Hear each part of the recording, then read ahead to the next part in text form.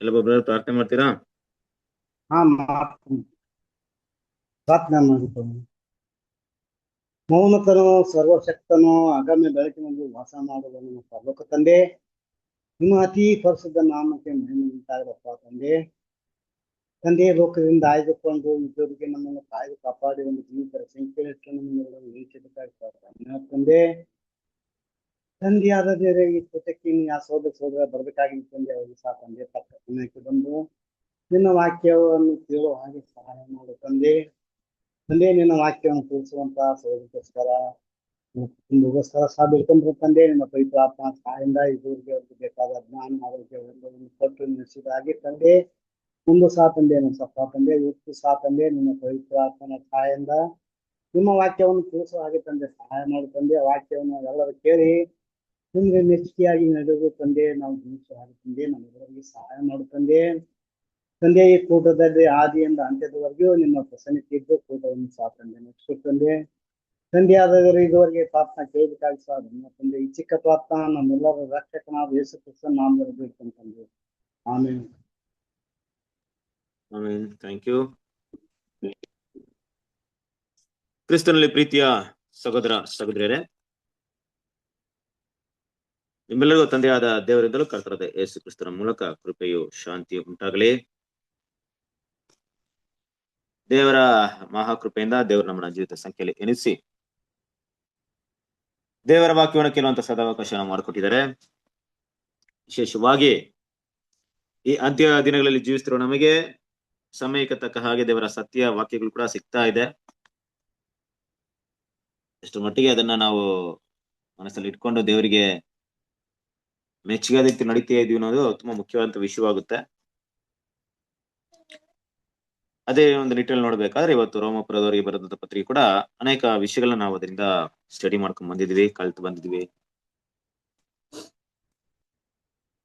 ದೇವರ ಕೃಪೆಯಿಂದ ನಾವು ರೋಮಪುರದವರಿಗೆ ಬರೆದಂತ ಪತ್ರಿಕೆಯ 8ನೇ ಅಧ್ಯಾಯವನ್ನ ನಾವು ಸ್ಟಡಿ ಮಾಡ್ತಾ ಇದೀವಿ. ಎಷ್ಟನೇ ಒಂದು ವಾಕ್ಯ, ಎಷ್ಟನೇ ಒಂದು ಭಾಗವನ್ನ ನೋಡ್ಬೇಕಾಗಿದೆ?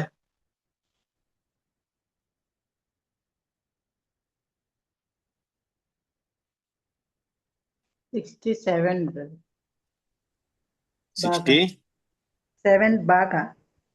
ಓಕೆ, 67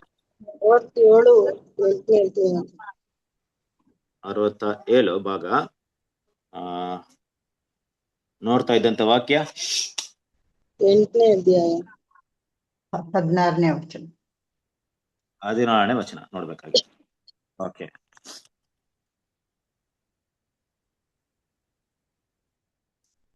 ಒಂದೇ ನಿಮಿಷ.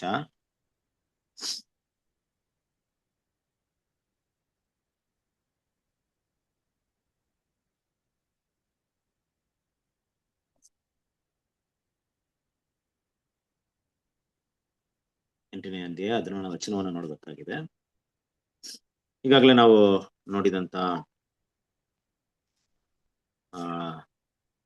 15ನೇ ವಾಕ್ಯ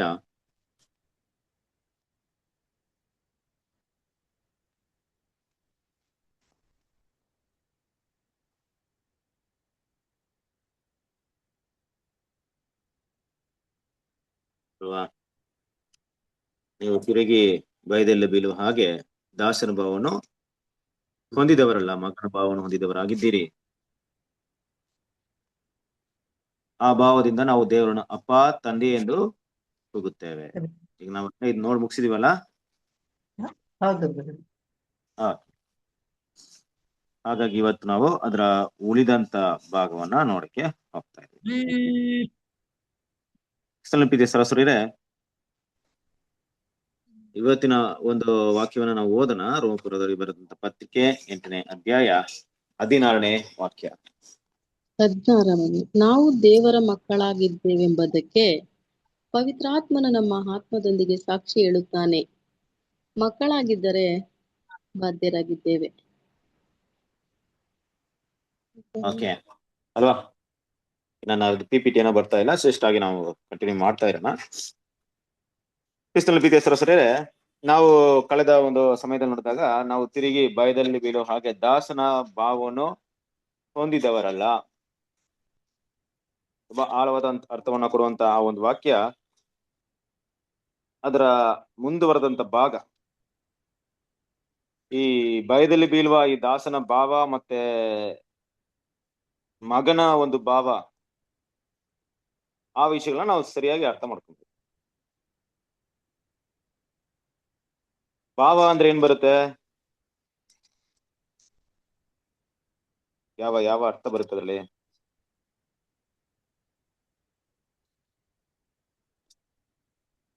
ಇಂಗ್ಲಿಷ್ ಅಲ್ಲಿ ತಗೊಂಡಾಗ ಸ್ಪಿರಿಟ್ ಆಫ್ ಬಾಂಡೇಜ್ ಅಂತಿದೆ.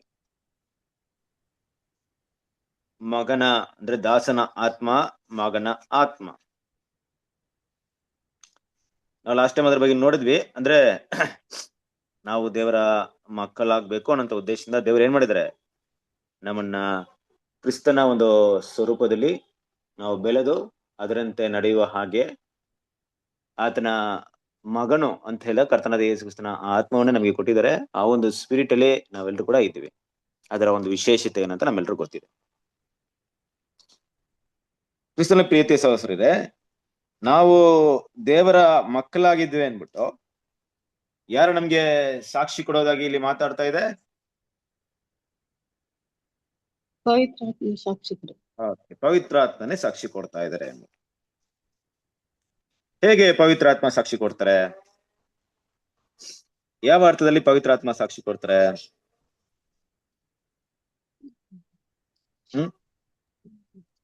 ಯಾವ ಅರ್ಥದಲ್ಲಿ? ನಮ್ಮ ಆತ್ಮದ ಮೂಲಕ.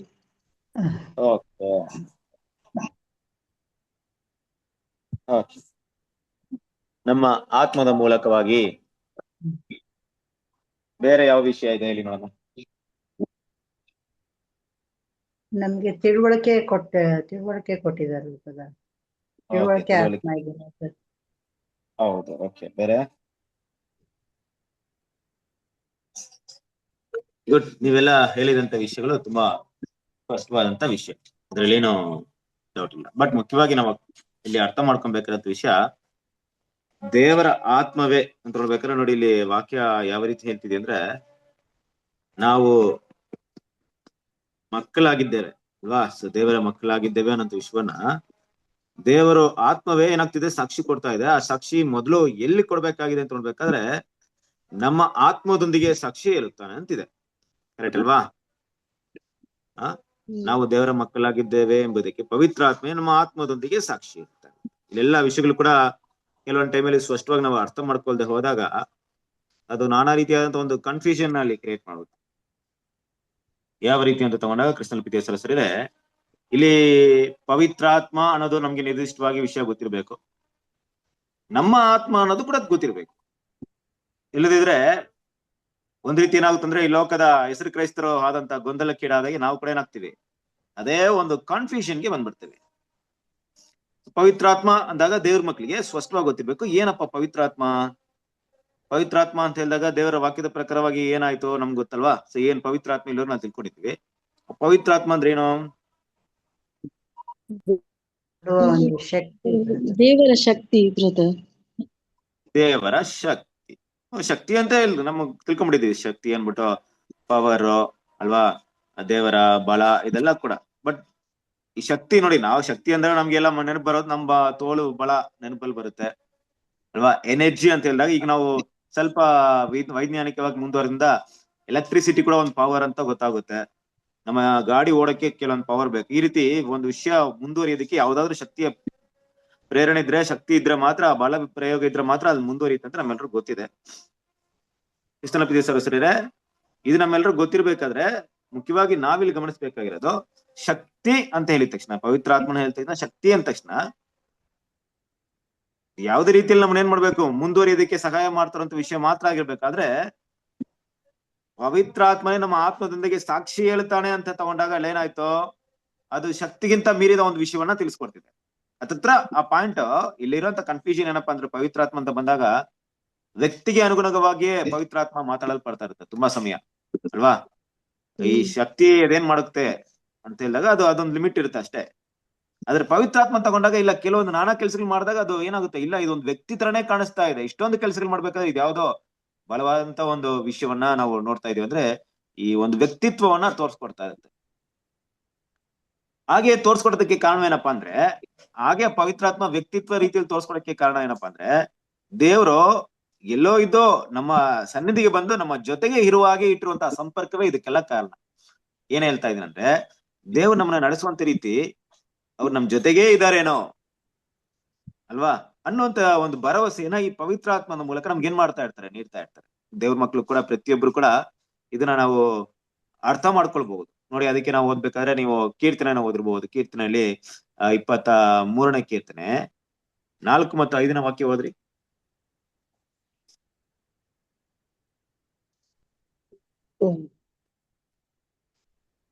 ನಾನು ಕತ್ತಲಿನ ಕಣಿವೆಯಲ್ಲಿ ನಡೆಯುವಾಗಲೂ ನೀನು ಹತ್ತಿರ ಇರುವುದರಿಂದ ಕೇಡಿಗೆ ಹೆದರೆನು. ನಿನ್ನ ದೊಣ್ಣೆಯು ನಿನ್ನ ಕೋಲು ನನಗೆ ಧೈರ್ಯ ಕೊಡುತ್ತವೆ.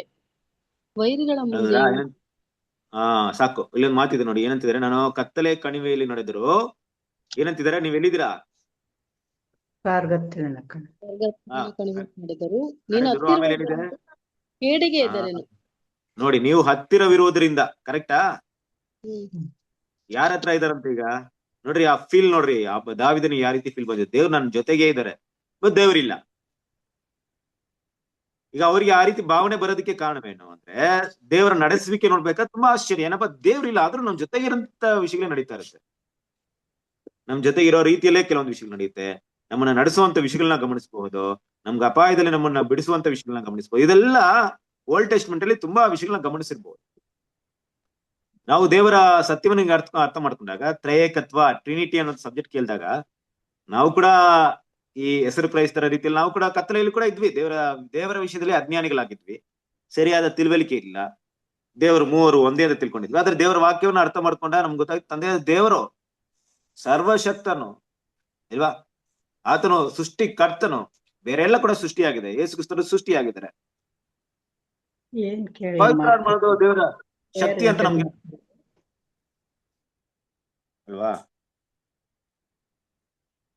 ನಮಗೆ ಇದೆಲ್ಲ ಕ್ಲಿಯರ್ ಆಗಿ ಅರ್ಥ ಆಯ್ತು. ಅರ್ಥವಾದ್ಮೇಲೆ ಈಗ ನೋಡಿ, ಯೇಸು ಕ್ರಿಸ್ತನ ಹೇಳುವಂತ ಒಂದು ಮಾತು ಏನಪ್ಪಾ ಅಂದ್ರೆ, ನಾನ್ ನಿಮ್ಮನ್ನ ಒಂಟಿಯಾಗಿ ಬಿಟ್ಟು ಹೋಗೋದಿಲ್ಲ, ನನ್ನ ಆತ್ಮನನ್ನ ನಿಮ್ಗೆ ಕೊಡ್ತೀನಿ. ದೇವರ ಪವಿತ್ರ ಆತ್ಮ ನೀವು ಬಂದಾಗ ಬಲ ಹೊಂದುತ್ತೀರಾ, ಆತ ನಿಮ್ಮನ್ನ ಸಂತೈಸ್ತಾನೆ, ಆತ ನಿಮ್ಮನ್ನ ನಡೆಸ್ತಾನೆ ಅನ್ನೋ ವಿಷಯ ಎಲ್ಲ ತಗೊಂಡಾಗ, ಅದು ನಿಯರೆಸ್ಟ್ ನಮ್ಗೆ ಓಲ್ಡ್ ಟೆಸ್ಟ್ಮೆಂಟ್ ಅಲ್ಲಿ ಏನ್ ಫೀಲ್ ಆಗ್ತಿತ್ತೋ, ದೇವ್ರು ನಮ್ ಜೊತೆಗೆ ಇದಾರೆ ಅನ್ನೋ ವಿಷಯಕ್ಕಿಂತ ಹೆಚ್ಚಾಗಿ ಹೊಸ ಒಡಂಬಡಿಕೆಯಲ್ಲಿ ಇನ್ನೂ ಕೂಡ ಹತ್ರದಲ್ಲಿ ನಮ್ಗೆ ಫೀಲ್ ಆಗ್ತಿದೆ. ಯೇಸು ಕ್ರಿಸ್ತನ ಹೇಳಿದಂತ ಭರವಸೆ, ವಾಗ್ದಾನದ ಮಾತು, ವಾಗ್ದಾನದ ಆತ್ಮವನ್ನು ನಮ್ಗೆ ಕೊಟ್ಟಿರೋದ್ರಿಂದ ದೇವರೇ ನಮ್ ಜೊತೆಗಿದಾರೆ, ದೇವ್ರು ನಮ್ ನಡೆಸ್ತಾ ಇದಾರೆ ಅನ್ನೋಂತ ಒಂದು ಭರವಸೆ ಯಾರಿಗೆ ಈ ಒಂದು ಫೀಲ್, ಈ ಒಂದು ಭಾವ, ಇಂತಹ ಒಂದು ಪರಿಸ್ಥಿತಿ, ಇಂತಹ ಒಂದು ವಿಷಯವನ್ನ ಗ್ರಹಿಸ್ಕೊಳ್ಳುವಂತ ಶಕ್ತಿ ಯಾರಿಗೆ ಸಿಗುತ್ತಂದ್ರೆ, ಯಾರಿಗ್ ಮಾತ್ರ ಸಿಗುತ್ತೆ ಈ ವಾಕ್ಯದ ಪ್ರಕಾರ? ಈಗಿನ ಕಾಲದಲ್ಲಿ ದೇವರ ಮಕ್ಕಳಾಗಿರೋ ದೇವರ ಮಕ್ಕಳು ನೋಡ್ರಿ. ಅದಕ್ಕೆ ಏನಂತಿದ್ರಂದ್ರೆ, ದೇವ್ರ ಮಕ್ಕಳಂತ ನಾನ್ ನಿಮ್ಮನ್ನ ಕರೆದು ಬಿಟ್ಟಿದೀನಿ, ನೀವು ನನಗೆ ಪ್ರತಿಯಾಗಿ ಕೇಳ್ಬೋದು, ಅಪೊಸ್ತಲ ಪಾಲ್ ಹತ್ರ ಕೇಳ್ಬೋದು, ನೀವೇನೋ ದೇವ್ರ ಮಕ್ಳು ಹೇಳ್ಬಿಟ್ಟಿದ್ರಿ, ಏನಿದೆ ಎವಿಡೆನ್ಸ್ ನಮ್ಗೆ ದೇವ್ರ ಮಕ್ಳು ಅನ್ನೋದಕ್ಕೆ? ಅದಕ್ಕೆ ಏನ್ ಎವಿಡೆನ್ಸ್ ಹೇಳ್ತಿದ್ರೆ, ನಿಮ್ಮ ಪವಿತ್ರ ಆತ್ಮನೆ ನಿಮ್ಮ ಆತ್ಮದೊಂದಿಗೆ ಆ ಸಾಕ್ಷಿಯನ್ನ ಕೊಡ್ತಾರೆ. ನೋಡ್ರಿ, ರಿಯಲೈಸ್ ಮಾಡ್ರಿ. ಇವತ್ತು ರೋಮಪುರದವರಿಗೆ ಬರೆದಂತ ಪತ್ರಿಕೆ ಬರೆದಂತ ಪತ್ರಕರ್ತನಾದ ಅಪೊಸ್ತಲ ಪಾಲ್ ನಮ್ಮ ಮುಂದೆ ಇಲ್ಲ, ಆದ್ರೆ ಆ ಮಾತಿದೆ. ಆ ಮಾತು ನಮ್ಮಲ್ಲಿಗೆ ಕೆಲಸ ಮಾಡಿದಾಗ ನಮ್ಮ ಪ್ರತಿಯೊಬ್ಬರ ಮನಸ್ಸಿನಲ್ಲೂ, ಇಲ್ಲ ಈ ಮಾತು ಸುಳ್ಳು, ನಾನು ದೇವರ ಮಗ ಅಲ್ಲ ಅನ್ನೋಂತ ಒಂದು ಭಾವ ನಮ್ಗೆ ಯಾರಿಗೂ ಬರ್ಲಿಲ್ಲ. ಬದಲಾಗಿ, ಹೌದು, ನಾನು ಯೇಸು ಕ್ರಿಸ್ತನನ್ನ ಅಂಗೀಕರಿಸೋದ್ರಿಂದ ಅಲ್ವಾ, ಆತನಿಗಾಗಿ ನಾನು ಜೀವಿಸೋದ್ರಿಂದ ನಾನು ಏನಾಗ್ತೀನಿ ಅಂದ್ರೆ, ನನ್ನ ಪಾಪಗಳು ಕ್ಷಮಿಸಲ್ಪಟ್ಟದ್ರಿಂದ ನಾನು ಭಯಪಡುವಂತ ದಾಸನ ಒಂದು ಭಾವದಲ್ಲಿಲ್ಲ, ಮಗನ ಭಾವನ ಹೊಂದ್ಕೊಳ್ತೇನೆ.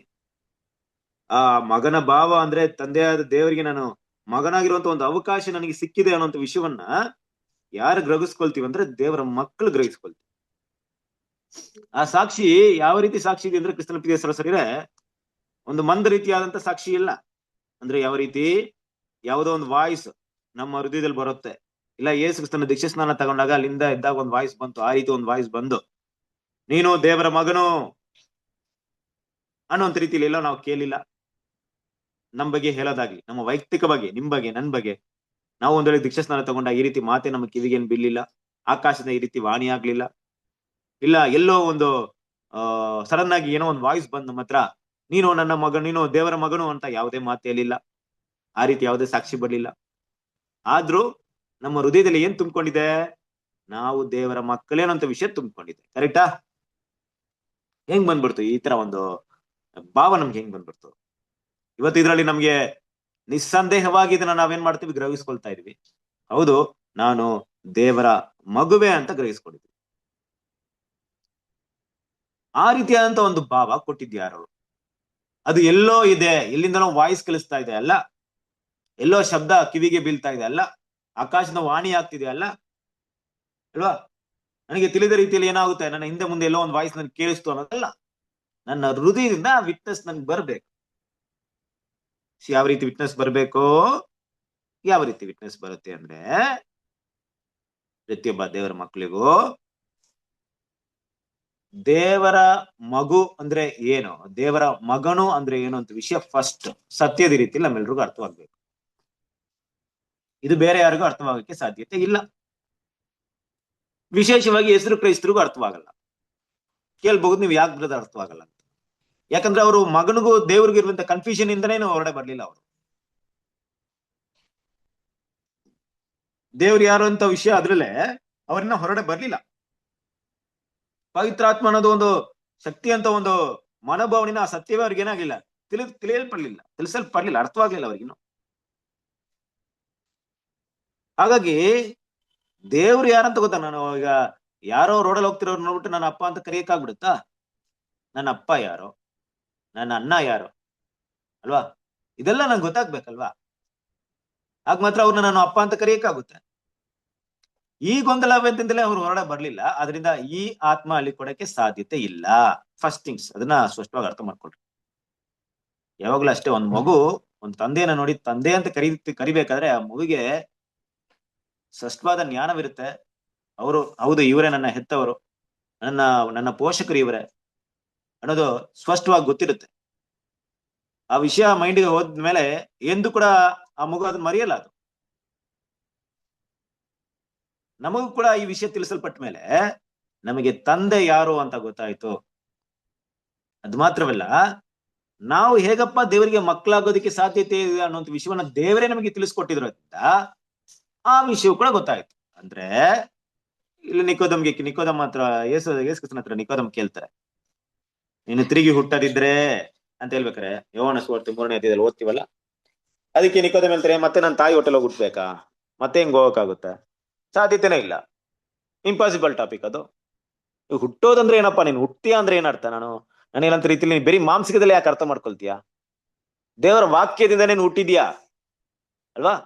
ದೇವರ ವಾಕ್ಯದಿಂದ, ದೇವರ ಆತ್ಮದಿಂದ ನೀನೇನಾಗಿದೆ ಹುಟ್ಟಿದ್ಯಾ ಅನ್ನೋ ವಿಷಯ ಅರ್ಥ ಮಾಡ್ಕೊಳ್ಳೋದೆ ಈ ಮಾಂಸಿಕವಾದ ಮನುಷ್ಯನಿಗೆ ತುಂಬಾನೇ ಕಷ್ಟ. ಕರೆಕ್ಟ್ ಅಲ್ವಾ? ಈ ಮಾಂಸಿಕವಾದಂತ ಜ್ಞಾನಕ್ಕೆ ಈ ಟಾಪಿಕ್ ತುಂಬಾನೇ ಟಫ್. ಆದ್ರೆ ಇವತ್ತು ನಿಮ್ಗೂ ನಮ್ಗೇನ ಟಫ್ ಇದೆಯಾ? ಇದು ಇಲ್ಲ. ಈ ವಿಷಯ ನಾವು ಎಷ್ಟು ಮಟ್ಟಿಗೆ ಅರ್ಥ ಮಾಡ್ಕೊಂಡಿದ್ವಿ? ಹೆಂಗ್ ಅರ್ಥ ಮಾಡ್ಕೊಂಡ್ವಿ? ನನ್ನ ಜ್ಞಾನದಿಂದ ಇದು ಅರ್ಥ ಮಾಡ್ಕೊಳಕ್ಕೆ ಸಾಧ್ಯತೆ ಇಲ್ಲ. ಹೌದು, ಈ ಪ್ರಪಂಚದ ಜ್ಞಾನದಿಂದ ಈ ಟಾಪಿಕ್ ನ ಅರ್ಥ ಮಾಡ್ಕೊಳಕ್ಕೆ ಸಾಧ್ಯತೆ ಇಲ್ಲ. ಔಟ್ ಆಫ್ ಟಾಪಿಕ್ ಇದು. ಪ್ರಪಂಚದಲ್ಲಿ ಒಂದು ಟಾಪಿಕ್ ಇಲ್ಲಿವರೆಗೂ ಸೈನ್ಸ್ ಅಲ್ಲಿ ಅನ್ಪ್ರೂವನ್, ಅಂದ್ರೆ ಯಾರಿಂದಲೂ ಸೈನ್ಸ್ ಅದನ್ನ ಬಿಡಿಸಕ್ಲಾಗಿರುವಂತ ಒಂದು ದೊಡ್ಡ ಒಗ್ಗಟ್ಟದು ಏನಪ್ಪಾ ಅಂದ್ರೆ, ಯೇಸುಕ್ರಿಸ್ತನ ಜನನ. ಯೇಸುಕ್ರಿಸ್ತನ ಎಲ್ಲ ಹುಟ್ಟಬೇಕಾದ್ರೆ ತಂದೆ ಬೇಕೇ ಬೇಕು. ತಂದೆ ಸಂಪರ್ಕವಿಲ್ಲದೆ ಯೇಸುಕ್ರಿಸ್ತನ ಹೆಂಗ್ ಹುಡ್ತಾರೆ? ಒಂದ್ ಮಗು ಹೆಂಗ್ ಹುಟ್ಟುತ್ತೆ? ಸಾಧ್ಯತೆನೇ ಇಲ್ಲ ಸೈನ್ಸ್ ಅಲ್ಲಿ. ಇಂಪಾಸಿಬಲ್. ಆದ್ರೆ ದೇವರಿಂದ ಪಾಸಿಬಲ್. ಕೆಲವೊಂದು ವಿಷಯ ಈ ಲೋಕದ ಜ್ಞಾನದಿಂದ ಕಂಡಿಡಿಯಕ್ಕೆ ಆಗ್ತಾನೆ ಇಲ್ಲ, ಯಾಕಂದ್ರೆ ಸಾಧ್ಯತೆನೇ ಇಲ್ಲ, ಅದ್ರ ಲಿಮಿಟ್ಸ್ ಇದೆ. ಲೋಕದ ಜ್ಞಾನ ದೇವರ ದೃಷ್ಟಿಯಲ್ಲಿ ಹುಚ್ಚು ಮಾತಾಗಿದೆ ದೇವರು ಹೇಳಿದ ಪ್ರಕಾರವಾಗಿ ಆ ಎಲ್ಲ ಜ್ಞಾನಕ್ಕೂ ಒಂದು ಲಿಮಿಟ್ ಇದೆ. ಅದು ಆ ಜ್ಞಾನವನ್ನು ಇಟ್ಕೊಂಡು ದೇವರ ವಿಷಯವನ್ನ ನಾವು ಅರ್ಥ ಮಾಡ್ಕೊಳಕ್ಕಾಗಲ್ಲ ಅನ್ನೋದು ಎಲ್ಲಾ ದೇವ್ರ ಮಕ್ಳಿಗೆ ಗೊತ್ತು. ಆದ್ರೆ ನಾನು ಅರ್ಥ ಮಾಡ್ಕೊಂಡ್ಬಿಟ್ಟಿದೀನಿ. ಈಗ ನನಗೆ ಅರ್ಥವಾಗ್ತಿದೆ. ಇದನ್ನ ಹೋಗಿ ಬೇರೆ ಈಚೆ ಹೇಳಿದ್ರೆ ಯಾರಿಗೂ ಅರ್ಥವಾಗ್ತಾ ಇಲ್ಲ. ನಾನು ಹೊಸದಾಗಿ ಹುಟ್ಟಿದೀನಿ ಅಂದ್ರೆ ನಿಕೋದಮ್ ತರ ತಮಾಷೆ ಮಾಡ್ತಾನೆ, ಯಾವಾಗ ಹುಟ್ಟದಪ್ಪ? ಮತ್ತೆ ತಾಯಿ ಹೊಟ್ಟೆಲ್ ಹೋಗಿ ಹುಟ್ಟದ? ಏನ್ ಹುಟ್ಟಿದೆ ಅಂದ್ರೆ ಏನರ್ಥ ಗೊತ್ತಿಲ್ಲ. ಆದ್ರೆ ನಮಗ್ ಗೊತ್ತು ಹುಟ್ಟಿರೋದಂದ್ರೆ ಏನಂದ್ಬಿಟ್ಟು. ಅಂದ್ರೆ ಹೆಂಗ್ ಅರ್ಥವಾಯ್ತು ಅಂದ್ರೆ, ದೇವರ ಆತ್ಮವಿಲ್ಲದೆ ದೇವರ ವಿಷಯಗಳನ್ನ ತಿಳಿಯೋದಕ್ಕೆ ಸಾಧ್ಯತೆ ಇಲ್ಲ. ಮನುಷ್ಯನ ಆತ್ಮವಿಲ್ಲದೆ ಮನುಷ್ಯನ ವಿಷಯಗಳನ್ನ ತಿಳಿಯೋದಕ್ಕೆ ಸಾಧ್ಯತೆ ಇಲ್ಲ. ಒಂದು ಪ್ರಾಣಿ ಹತ್ರ ಹೋಗಿ ನಾನು ಎಷ್ಟೊತ್ತು ಮಾತಾಡೋದು ನನ್ನ ವಿಷಯನ ಅರ್ಥ ಮಾಡ್ಕೊಳಕ್ಕಾಗಲ್ಲ, ಯಾಕಂದ್ರೆ ಅದಕ್ಕೆ ಮನುಷ್ಯನ ಆತ್ಮ ಇಲ್ಲ. ಒಂದ್ ನಾಯಿ ಹತ್ರ ಹೋಗ್ಬಿಟ್ಟು ಎಷ್ಟೇ ನಾನು ವಿಷಯಗಳು ಹೇಳಿದ್ರು ಅದೇನೂ ಆಗಲ್ಲ, ಗ್ರಹಿಸ್ಕೊಳ್ಳಲ್ಲ. ಯಾಕೆಂದ್ರೆ ಅದು ಮನುಷ್ಯನಿಗೆ ಕೊಡಲ್ಪಟ್ಟಂತ ಜ್ಞಾನದ ಆತ್ಮ ಅದಕ್ಕೆ ಕೊಡಲ್ಪಡಲಿಲ್ಲ, ತಿಳುವಳಿಕೆ ಆತ್ಮ. ಈಗ ನಾವು ದೈವಿಕ ವಿಷಯಗಳನ್ನ ತಿಳ್ಕೊಬೇಕಂದ್ರೆ ಹೇಗೆ ತಿಳ್ಕೊಂಡಿದೀವಿ ಅಂದ್ರೆ ದೇವರ ಆತ್ಮ ನಮ್ಗೆ ಕೊಡಲ್ಪಟ್ರೆ ಮಾತ್ರ ನಾವು ತಿಳಿಯೋದಕ್ಕೆ ಸಿದ್ಧರಾಗಿರ್ತೀವಿ. ನೋಡ್ರಿ ಕ್ರಿಸ್ತನ್ ಪ್ರೀತಿಯ ಸಹೋದರರೇ, ಈ ಒಂದು ಪ್ರಪಂಚದ ಒಂದು ಎಜುಕೇಶನ್ ಸಿಸ್ಟಮ್ ತಗೊಂಡಾಗ ಒಂದು 5 ರಿಂದ 6 ವಯಸ್ಸು ಮಗುವಿಗೆ 1ನೇ ತರಗತಿ ಕಳಿಸ್ರಿ ಅಂತ ಹೇಳ್ತಾ ಇದ್ದಾರೆ. ಯಾಕಂದ್ರೆ ಅದಕ್ಕೆ ಅಲ್ಲಿರುವಂತ ಪಾಠ ಮಾತ್ರ ಅರ್ಥ ಮಾಡ್ಕೊಳ್ಳಕ್ಕೆ ಕೆಪಾಸಿಟಿ ಇದೆ. ಪರವಾಗಿಲ್ಲ, ನೀವು 6ನೇ ಕ್ಲಾಸ್ 6 ವಯಸ್ಸಿರುವಂತ ಮಗುನ ತಗೊಂಡೋಗಿ ಡೈರೆಕ್ಟ್ ಆಗಿ 10ನೇ ಕ್ಲಾಸ್ ಸೇರಿಸ್ರಿ ಅನ್ನೋಂತ ಸಿದ್ಧಾಂತಗಳಿಲ್ಲ. ಅದು ಮುಂದಿನ ತರಗತಿಯಲ್ಲಿ ಇರುವಂತ ಪಾಠನ ಕಲಿಬೇಕಾದ್ರೆ ಮೊದಲು ಕೊಟ್ಟಿರುವಂತ ತರಗತಿಯ ಪಾಠನ ಚೆನ್ನಾಗಿ ಅರ್ಥ ಮಾಡ್ಕೊಳ್ಳೋ ರೀತಿಯಲ್ಲಿ ಇರ್ಬೇಕು. ಅದು ಕಾಗುಣಿತ ಅರ್ಥವಾದ್ರೆ ಮಾತ್ರ ಕನ್ನಡವನ್ನು ಓದಕ್ಕೆ ಸಾಧ್ಯತೆ ಇರುತ್ತೆ. ಅದು ಆಲ್ಫಾಬೆಟ್ ಅರ್ಥವಾದ್ರೆ ಮಾತ್ರ ಇಂಗ್ಲಿಷ್ ಓದೋದಕ್ಕೆ ಸಾಧ್ಯತೆ ಇದೆ. ಅದರ ಮೊದಲ ಹಂತವನ್ನ ಕೊಡ್ರಿ ಅಂತ ಶಾಲೆಗಳಲ್ಲಿ ನಿಗದಿಪಡಿಸಲಾಗಿದೆ. ನೋಡಿ, ಈ ಪ್ರಪಂಚದ ಜ್ಞಾನ ಎಷ್ಟು ಮಟ್ಟಿಗೆ ಹೆಂಗಿದೆ ಅಂದ್ರೆ ಇದು ಇವರಿಗೆ ಇಷ್ಟಿಷ್ಟೇ ಲಿಮಿಟ್, ಇದಕ್ಕಿಂತ ಹೆಚ್ಚಾದ ವಿಷಯನ ಗ್ರಹಿಸ್ಕೊಳ್ಳಕ್ಕೆ ಅವರಿಂದ ಸಾಧ್ಯತೆ ಇಲ್ಲ. ಆ ರೀತಿ ಗ್ರಹಿಸ್ಕೊಳ್ಬೇಕಾದ್ರೆ ಅವರು ಅದರಿಂದ ಬೆಳೆದು ಉತ್ತೀರ್ಣರಾಗಿ ಪ್ರವೀಣರಾಗಿ ಮುಂದಿನ ಹಂತಕ್ಕೆ ಹೋಗ್ಬೇಕು. ಕ್ರಿಸ್ತನ ಪ್ರೀತಿಯ ಸಹೋದರರೇ, ಈ ಒಂದು ಲೋಕದ ವಿಷಯಗಳು ತಗೊಂಡಾಗ್ಲೇ ಕೂಡ ನಾವು ಕೆಲವೊಂದು ವಿಷಯನ ಗ್ರಹಿಸ್ಕೊಳ್ಳೋದಕ್ಕೆ ಅದರದೇ ಆದಂತ ಒಂದು ವಯೋಮಿತಿ, ಬೆಳವಣಿಗೆ, ಅನುಭವಗಳು ನಮ್ಗೆ ಅವಶ್ಯಕತೆ ಆಗಿರೋದ್ರಿಂದ ದೈವಿಕ ವಿಷಯಗಳನ್ನ ತಿಳ್ಕೊಳ್ಳೋಕೆ ಈ ಪ್ರಪಂಚದಲ್ಲಿರುವಂತ ಅನುಭವಗಳಿರ್ಬೋದು, ಜ್ಞಾನಗಳಿರ್ಬೋದು, ವಯೋಮಿತಿಗಳಿರ್ಬೋದು ಸಾಧ್ಯತೆ ಇಲ್ಲ. ಅಂದ್ರೆ ಏನರ್ಥ? ಅಲ್ಲಿ ದೇವರು ತನ್ನ ಆತ್ಮವನ್ನ ಕೊಡ್ಬೇಕು. ದಟ್ ಮೀನ್ಸ್ ಒಂದು ಮಗು ಹೋಗಿ ಸೇರಿದಾಗ ಶಾಲೆಯಲ್ಲಿ ಅಲ್ಲಿ ಟೀಚರ್ ಪಾಠ ತೆಗಿತಾರೆ ಅಂದ್ರೆ ಆ ಮಗುಗೆ ಕಾನ್ಫಿಡೆನ್ಸ್ ಇರ್ಬೇಕು. ನಾನು ಹೇಳುವಂತ ವಿಷಯ ಪಾಠ ಆ ಮಗುಗೆ ಅರ್ಥವಾಗ್ತಿದೆ, ಅರ್ಥವಾಗುವಂತ ವಯಸ್ಸು ಅದಕ್ಕಿದೆ, ಆ ಮೆಚುರಿಟಿ ಅದಕ್ಕಿದೆ ಅನ್ನೋದು ಆ ಟೀಚರ್ಗೆ ಅರ್ಥವಾಗುತ್ತೆ, ಆ ಉಪಾಧ್ಯಾಯರಿಗೆ ಅರ್ಥವಾಗುತ್ತೆ. ಹಾಗೆ ನಮ್ಮ ತಂದೆಯ ದೇವ್ರು ನಮ್ಮನ್ನ ಕರೀದಾರೆ ಅಂದ್ರೆ ಏನ್ ಮಾಡಿದಾರೆ? ಮೊದಲು ಬನ್ನಿ ತರಗತಿಯಲ್ಲಿ ಕೂತ್ಕೊಳ್ರಿ, ಇಲ್ಲಿರುವಂತ ವಿಷಯನ ಗ್ರಹಿಸ್ಕೊಳ್ಳಕ್ಕೆ ನಿಮ್ ನಾಲೆಜ್ ನಾನು ಕೊಡ್ತೀನಿ, ಆತ್ಮವನ್ನೇ ನಿಮ್ಗೆ ಕೊಡ್ತೀನಿ. ಯಾಕಂದ್ರೆ ನಾನೀಗ ಮಾತಾಡೋಂಥ ವಿಷಯ ನಿಮ್ಗೆ ಅರ್ಥವಾಗ್ತಿದೆ ಅಂದ್ರೆ ಕಾರಣ ನನ್ನ ಆತ್ಮವನ್ನ ನಿಮ್ಗೆ ಕೊಟ್ಟಿದ್ದೀನಿ, ಅದರಿಂದ ನಿಮ್ಗೆ ಅರ್ಥವಾಗ್ತಿದೆ. ಇಲ್ಲಾಂದ್ರೆ ನಿಮ್ಗೆ ಅರ್ಥವಾಗಲ್ಲ. ಅದ್ ಯಾರಿಗ್ ಗೊತ್ತು? ಈ ಪ್ರಪಂಚದಲ್ಲಿರುವಂತ ಸಿಸ್ಟಮೇ ಈ ರೀತಿ ಇದೆ. ಇಡೀ ಲೋಕ ಸೃಷ್ಟಿಕರ್ತನಾಗಿಂತ ತಂದೆಯ ದೇವರು ಆತನ ಶಾಲೆಯಲ್ಲಿ ಓದಕ್ಕೆ ನಮ್ಮನ್ನ ಕರೆದಿರ್ಬೇಕಾದ್ರೆ ದೇವರ ಆತ್ಮವನ್ನ ಕೊಡಲ್ವಾ? ಕೊಟ್ಟೆ ಕೊಡ್ತಾರೆ. ಸ್ಪಿರಿಟ್ ಆಫ್ ಕ್ರೈಸ್ಟ್, ಮಗನ ಆತ್ಮವನ್ನು ನಮ್ಗೆ ಕೊಟ್ಟಿದ್ದಾರೆ. ಇದೇ ನಮ್ಗೆ ದೊಡ್ಡ ಸಾಕ್ಷಿ. ಹೌದು, ದೇವರ ವಿಷಯಗಳನ್ನ ನಾನು ಅರ್ಥ ಮಾಡ್ಕೊಳ್ತೀನಿ ಅಂದ್ರೆ ಖಂಡಿತವಾಗ್ಲೂ ನನ್ನಿಂದ ಸಾಧ್ಯತೆ ಇಲ್ಲ. ಆದ್ರೆ ಅಂದ್ರೆ ನಾನು ಅರ್ಥ ಮಾಡ್ಕೊಳ್ಳೋದೇನು ಏನರ್ಥ? ನನ್ನಲ್ಲಿ ಏನ್ ಕೊಡಲ್ಪಟ್ಟಿದೆ? ದೇವರ ಆತ್ಮ, ಪವಿತ್ರ ಆತ್ಮ ಕೊಡಲ್ಪಟ್ಟಿದೆ. ಆದ್ರಿಂದ ನಾನು ಇದನ್ನ ಗ್ರಹಿಸ್ಕೊಳ್ಳಕ್ಕೆ ಶುರು ಮಾಡ್ತಾ ಇದ್ದೀನಿ ಅಲ್ವಾ? ಇದು ಒಂದ್ ರೀತಿಯಾದಂತ ವಿಷಯಗಳನ್ನ, ದೈವಿಕ ವಿಷಯಗಳನ್ನ, ಸತ್ಯಗಳನ್ನ ನಾನು ಅರ್ಥ ಮಾಡ್ಕೊಳ್ತಿದ್ದೀನಿ ಅಂದ್ರೆ ಕಾರಣ ದೇವರ ಆತ್ಮ ನನಗೆ ಕೊಡಲ್ಪಟ್ಟಿದೆ. ಎರಡನೇದಾಗಿ ನಾನು ಗಮನಿಸ್ಬೇಕಾಗಿರೋದು, ದೇವರ ಆತ್ಮ, ಪವಿತ್ರ ಆತ್ಮ ನನ್ನ ಆತ್ಮದೊಂದಿಗೆ ಸಾಕ್ಷಿ ಕೊಡ್ತಾ ಇದೆ ಅಲ್ವಾ? ಈಗ ಆತ್ಮ ಅಂದಾಗ ನಮ್ಗೇನಾಗುತ್ತೆ? ಒಂದು ಕನ್ಫ್ಯೂಷನ್ ಸ್ಟೇಟ್ ಇಂದ ನಾವು ಹೊರಡೆ ಬಂದಿರ್ತೀವಿ. ನಮಗೂ ಆತ್ಮ ಇದೆ, ಪವಿತ್ರ ಆತ್ಮ, ಅಲ್ಲೂ ಕೂಡ ಆತ್ಮ ಅಂತ ಬಂತು, ಇಲ್ಲೂ ಕೂಡ ಆತ್ಮ ಬಂತು ಅಲ್ವಾ? ಈ ಪವಿತ್ರ ಆತ್ಮ ದೇವರ ಶಕ್ತಿ ಅಂತ ತಗೊಂಡಾಗ ನಮ್ಮ ಆತ್ಮ ಅಂತ ಇದೆಯಲ್ಲ, ಅದನ್ನ ಏನಂತ ಹೇಳ್ಬೋದು? ಅದನ್ನು ಕೂಡ ಶಕ್ತಿ ಅಂತ ಹೇಳ್ಬೋದಾ? ದೇವ್ರ ಮಕ್ಕಳು ಅದನ್ನ ಕ್ಲೀನ್ ಆಗಿ ಅರ್ಥ ಮಾಡ್ಕೊಬೇಕು.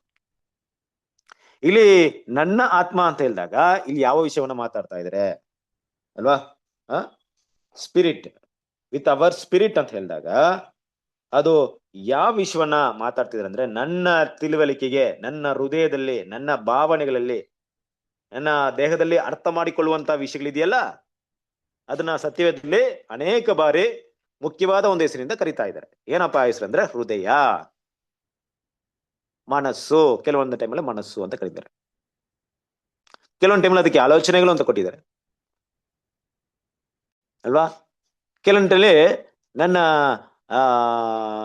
ನನ್ನ ಸ್ವಜ್ಞಾನದ ಬಗ್ಗೆ ಏನ್ ಮಾಡ್ತಾರೆ? ಮಾತಾಡ್ತಾ ಇರ್ತಾರೆ. ಈ ರೀತಿಯಾಗಿ ಮಾತಾಡ್ಬೇಕಾದ್ರೆ ಸತ್ಯವೇದದಲ್ಲಿ ಹಲವಾರು ಬಾರಿ ಹೃದಯ ಅಂತ ಭಾಗವನ್ನೇ ಮಾತಾಡಿದ್ದಾರೆ. ಇಲ್ಲಿ ನನ್ನ ಆತ್ಮ ಅಂತ ಬಂದಾಗ ಯಾವ ವಿಷಯ ಮುಖ್ಯವಾಗಿರುತ್ತೆ ಅಂತ ತಗೊಂಡಾಗ, ನಾನು ನನ್ನ ತಿಳುವಳಿಕೆ, ನನ್ನ ಜ್ಞಾನದಲ್ಲಿ ಈ ವಿಷಯ ಹೊಳಿತಾ ಇದೆ, ದೇವರ ವಾಕ್ಯದ ಮೂಲಕವಾಗಿ ನನಗೆ ಕನೆಕ್ಟ್ ಆಗಿ ನೀನು ದೇವರ ಮಗನೇ. ನೋಡಿ, ಇದೆಲ್ಲ ನಡೀತಾ ಇರೋದ್ರಿಂದ ಇದೆಲ್ಲ ಎವಿಡೆನ್ಸ್ ಇದೆ. ನೀನೊಬ್ಬ ದೇವರ ಮಗನ ಆಗದೆ ಇದ್ರೆ ಇಂತಹ ವಿಷಯಗಳು ನಿನ್ನ ಹತ್ರ ಯಾಕೆ ಬರ್ಬೇಕು? ನೀನ್ ಯಾಕೆ ತಿಳ್ಕೊಬೇಕು? ದೇವ್ರ ಕರೆಯೋದು ನಂಗೆ ಅರ್ಥವಾಯ್ತು, ಕರೆದಾಗ ನಾನು ಒಡಂಬಡಿಕೆ ಮಾಡ್ಕೊಂಡ್ಮೇಲೆ ಇನ್ನೂ ಸತ್ಯಗಳನ್ನ ತಿಳ್ಕೊಳ್ತಾ ಇದ್ದೀನಿ. ಇದೆಲ್ಲ ದೇವರ ನಡೆಸುವಿಕೆನ ನನ್ನ ಮುಂದೆ ತೋರಿಸ್ಕೊಡ್ತಿದ್ದೆ ಕ್ರಿಸ್ತನ ಪ್ರೀತಿಯ ಸಹೋದರರೇ. ಹಾಗಿರೋದ್ರಿಂದ ಈ ಆತ್ಮ ಅಂದಾಗ ಬೇರೆ ರೀತಿ ಅರ್ಥ ಮಾಡ್ಕೊಳಕ್ ಹೋಗ್ಬಾರ್ದು. ನಮ್ಗೆ ಗೊತ್ತು, ಶರೀರ ಮತ್ತು ಪ್ರಾಣ ಇಸ್ ಈಕ್ವಲ್ ಟು ಆತ್ಮ. ಶರೀರವನ್ನು ಬಿಟ್ಟು ಪ್ರಾಣ ಹೊರಟಾದಾಗ ಆತ್ಮ ಅನ್ನೋದು ಇಲ್ವೇ ಇಲ್ಲ ಅಲ್ವಾ? ಆತ್ಮ ಅನ್ನೋದು ಮೂರನೇ ಒಂದು ವಿಷಯ ಇಲ್ಲ. ಸತ್ತ ಮೇಲೆ ಮನುಷ್ಯ ಇಲ್ಲಿ ದೆವ್ವ ಆಗಿರ್ತಾನೆ, ಪಿಸಾಶಿ ಆಗಿರ್ತಾನೆ, ಓಡಾಡ್ತಾನೆ, ಅಲ್ಲಿ ಇಲ್ಲಿ ನಡೆದಾಡ್ತಾನೆ. ಮನುಷ್ಯನ ಈಗಲೂ ಕೂಡ ದೆವ್ವಾಗಿ ಬರ್ತಾ ಇದ್ರೆ ಅನ್ನೋದು ಕಟ್ಟುಕತೆ, ಅದು ಸತ್ಯಕ್ಕೆ ವಿರುದ್ಧವಾದಂತಹ ಒಂದು ಬೋಧನೆ ಅಂತ ನಮ್ಗೆ ಚೆನ್ನಾಗಿ ಗೊತ್ತು. ಈ ದೆವ್ವದ ಹಿನ್ನೆಲೆ ಇರುವುದಲ್ಲ ಸೈತಾನ ಆತರ ಬಿದ್ದು ದೂತರು ಅಂತ ನಮ್ಗೆ ಗೊತ್ತು. ಅದರಿಂದ ಈ ಆತ್ಮ ಅನ್ನೋ ವಿಷಯ ನಮಗೆ ಸ್ಪಷ್ಟವಾಗಿದೆ. ಅದು ಕೂಡ ಬೈಬಲಲ್ಲಿ ಹಲವಾರು ಬಾರಿ ಆತ್ಮ ಅಂತ ಮಾತಾಡಿದಾಗ, ಈ ಟ್ರಾನ್ಸ್ಲೇಷನ್ ಆತ್ಮ ಮಾತಾಡಿದಾಗ ನಾವು ಅದ್ರ ಬಗ್ಗೆ ಏನ್ ಮಾಡ್ಬೇಕಂದ್ರೆ ಕೆಲವೊಂದು ವಿಷಯದಲ್ಲಿ ಸುದೀರ್ಘವಾಗಿ ಅದನ್ನ ಸ್ಪಷ್ಟವಾಗಿ ನಿಖರವಾಗಿ ಅರ್ಥ ಮಾಡ್ಕೊಂಡಿರೋದು ಅವಶ್ಯಕತೆವಾಗಿರುತ್ತದೆ. ಅಂದ್ರೆ ಏನಾಗುತ್ತೆ ಅಂದ್ರೆ ಕ್ರಿಸ್ತನ ಪ್ರೀತಿ ಸರಸರೆ ನಾವು ಅದನ್ನ ಸರಿಯಾಗಿ ಗಮನಿಸಿದ ಹೋದ್ರೆ ವಿಷಯಗಳು ಅರ್ಥವಾಗ. ಇಂಗ್ಲಿಷ್ ಅಲ್ಲಿ ತಗೊಳ್ಬೇಕಾದ್ರೆ the spirit itself beareth witness with our spirit ಅಂತಿದೆ. ಏನಂತಿದೆ ಇಂಗ್ಲಿಷ್ ಅಲ್ಲಿ? Our spirit. ಸ್ಪಿರಿಟ್ ಅಂದ್ರೆ ಇಂಗ್ಲಿಷ್ ಅಲ್ಲಿ ಏನ್ ಬರುತ್ತೆ? ಪ್ರಾಣ, ವಾಯು, ಗಾಳಿ ಅಂತಾನೆ ಬರುತ್ತೆ. ಅದ್ರ ನಮ್ಮ ಕನ್ನಡದಲ್ಲಿ ಏನ್ ಮಾಡ್ತಿದ್ರೆ ಪಾಪ ಎಷ್ಟು ಗೊಂದಲದಲ್ಲಿ ಇದ್ರೇನು ಆತ್ಮ ಆತ್ಮ ಆತ್ಮ ಅಂತ ಟ್ರಾನ್ಸ್ಲೇಷನ್ ಮಾಡಿದ್ರು.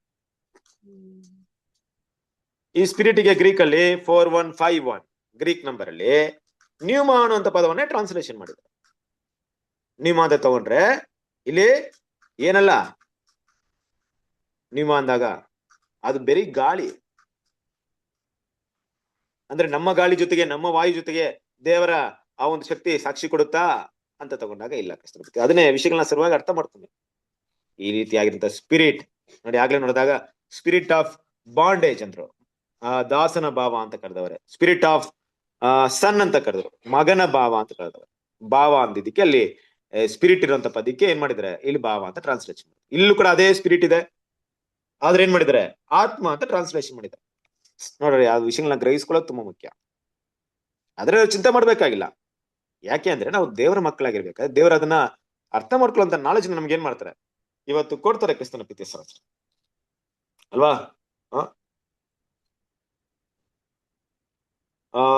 ಈ ರೀತಿಯಾಗಿ ಕೆಲವೊಂದು ವಿಷಯಗಳನ್ನ ನೋಡ್ಬೇಕು. ನೋಡಿ, ಇದ್ರಲ್ಲಿ ನೀವು 15ನೇ ವಾಕ್ಯದಲ್ಲಿ ನೋಡ್ಬೇಕಾದ್ರೆ ಅದೇ ಸ್ಪಿರಿಟ್ ಅನ್ನೋದನ್ನ ಅದೇ ಗ್ರೀಕ್ ವಾಕ್ಯನ ಯೂಸ್ ಮಾಡಿದ್ದಾರೆ ಅಲ್ವಾ? ಅದೇ ಒಂದು ನ್ಯೂಮಾ ಅನ್ನುವಂತ ಪದವನ್ನ ಅಲ್ಲಿ ಮಗನ ಭಾವ ನಾವು ಓದಿದ್ವಲ್ಲ ಅಷ್ಟೇ. ನೋಡಿ, ಇಲ್ಲಿ ನೀವು ನೋಡ್ಬೋದು ಈ ಮಗನ ಭಾವ ಅನ್ನೋಂತ ವಿಷಯದಲ್ಲಿ ಸ್ಪಿರಿಟ್ ಅಂತ ವಿಷಯವನ್ನ ಯೂಸ್ ಮಾಡಿದ್ದಾರೆ. ಅದು ನ್ಯೂಮಾ ಅನ್ನುವಂತ ಪದವನ್ನೇ ಬಂದಿದೆ. ಭಯಪಡುವ ದಾಸನ ಭಾವ ಅಂತಿದೆ ನೋಡಿ, ಇಲ್ಲಿ ಕೂಡ ಸ್ಪಿರಿಟ್ ಅಂತ ಪದವನ್ನ ಯೂಸ್ ಮಾಡಿದ್ದಾರೆ, ಅದು ನ್ಯೂಮಾ ಅಂತ ಬಂದಿದೆ. ಇದೇ ಒಂದು ವಿಷಯವನ್ನ ಆತ್ಮದಲ್ಲೂ ಕೂಡ ಇಲ್ಲಿ ಯೂಸ್ ಮಾಡಿದ್ದಾರೆ. ಅದೇ ಸ್ಪಿರಿಟ್ ಅಂತ ಇಂಗ್ಲಿಷ್ ಅಲ್ಲಿ ಯೂಸ್ ಮಾಡಿದ್ದಾರೆ, ಆದ್ರೂ ಗ್ರೀಕ್ ಅಲ್ಲಿ ತಗೊಂಡ್ರೆ ನ್ಯೂಮಾ ಅಂತ ಬಂದಿದೆ. ನೋಡ್ರಿ ಎಷ್ಟೆಲ್ಲ ಕನ್ಫ್ಯೂಷನ್. ಪವಿತ್ರಾತ್ಮ ಅಂದಾಗ ಸ್ಪಿರಿಟ್ ಆಫ್ ಹೋಲಿ ಸ್ಪಿರಿಟ್ ಅಂತ ಬಂದಿದೆ, ಆ ಸ್ಪಿರಿಟ್ ಕೂಡ ಏನ್ ಮಾಡಿದ್ದಾರೆ ನ್ಯೂಮಾ ಅಂತಾನೆ ಯೂಸ್ ಮಾಡಿದ್ದಾರೆ. ಇದನ್ನೆಲ್ಲ ಅರ್ಥ ಮಾಡ್ಕೊಬೇಕು. ಇಲ್ಲದಿದ್ರೆ ವಿಷಯ ಏನಾಗುತ್ತೆ ನಮ್ಗೆ ಸ್ಪಷ್ಟವಾಗಿ ಅರ್ಥವಾಗಲ್ಲ. ಸೊ ಇಲ್ಲಿ ದೇವರು ಆತನ ಪವಿತ್ರಾತ್ಮನ ಮೂಲಕ ನಾವು ತಿಳ್ಕೊಳ್ಳೋ ರೀತಿಯಲ್ಲಿ ಪವಿತ್ರಾತ್ಮ ಅನ್ನೋದು ಒಂದು ಶಕ್ತಿ, ಒಂದು ಪವರ್. ಆರ್ಡಿನರಿ ಒಂದು ಪವರ್ಗೆ ಅದು ಕಂಪೇರ್ ಮಾಡಕ್ಕಾಗಲ್ಲ. ಯಾಕಂದ್ರೆ ದೇವ್ರು ಕೊಡುವಂತಹ ಶಕ್ತಿ, ದೇವರ ಪವಿತ್ರಾತ್ಮ, ಅದರ ಒಂದು ಬಲ, ಅದರ ಕೆಲಸವನ್ನು ಅರ್ಥ ಮಾಡ್ಕೊಂಡಾಗ ಮಹಾ ಉನ್ನತವಾದಂತಹ ಸರ್ವಶಕ್ತನ ಒಂದು ಆತ್ಮವಾಗಿದೆ. ಅದು ಕರ್ತನಾದ ಯೇಸು ಕ್ರಿಸ್ತನ ಆತ್ಮವಾಗಿದೆ.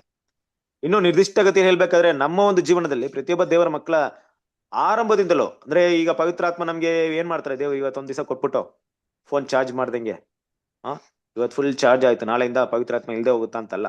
ಅದ್ರ ಕೆಲಸ ಏನಪ್ಪಾ ಅಂದ್ರೆ ಒಂದು ಮಗು ಕಾನ್ಸಂಟ್ರೇಷನ್ ಮಾಡೋದ್ರಿಂದ ಅದು ಸಾಯುವವರೆಗೂ ಜೊತೆಗಿದ್ದ ಅವ್ರನ್ನ ಕ್ರಿಸ್ತನ ಸ್ವರೂಪದಲ್ಲಿ ಬೆಳೆಸುವಂತ ಬಹು ಮುಖ್ಯವಾದಂತ ಜವಾಬ್ದಾರಿ, ಆ ಒಂದು ಆಲೋಚನೆ, ಗೈಡೆನ್ಸ್, ಅವ್ರನ್ನ ಸಂತೈಸುವಂತ ಪ್ರತಿಯೊಂದು ವಿಷಯಲ್ಲೂ ಕೂಡ ಆ ಆತ್ಮದ ಮೂಲಕ ನಡೆಯಲ್ಪಡುತ್ತೆ ಕ್ರಿಸ್ತನ ಪ್ರೀತಿಯ. ಇದನ್ನ ನಾವು ಸ್ಪಷ್ಟವಾಗಿ ಅರ್ಥ ಮಾಡ್ಕೊಂಡಿರ್ಬೇಕು.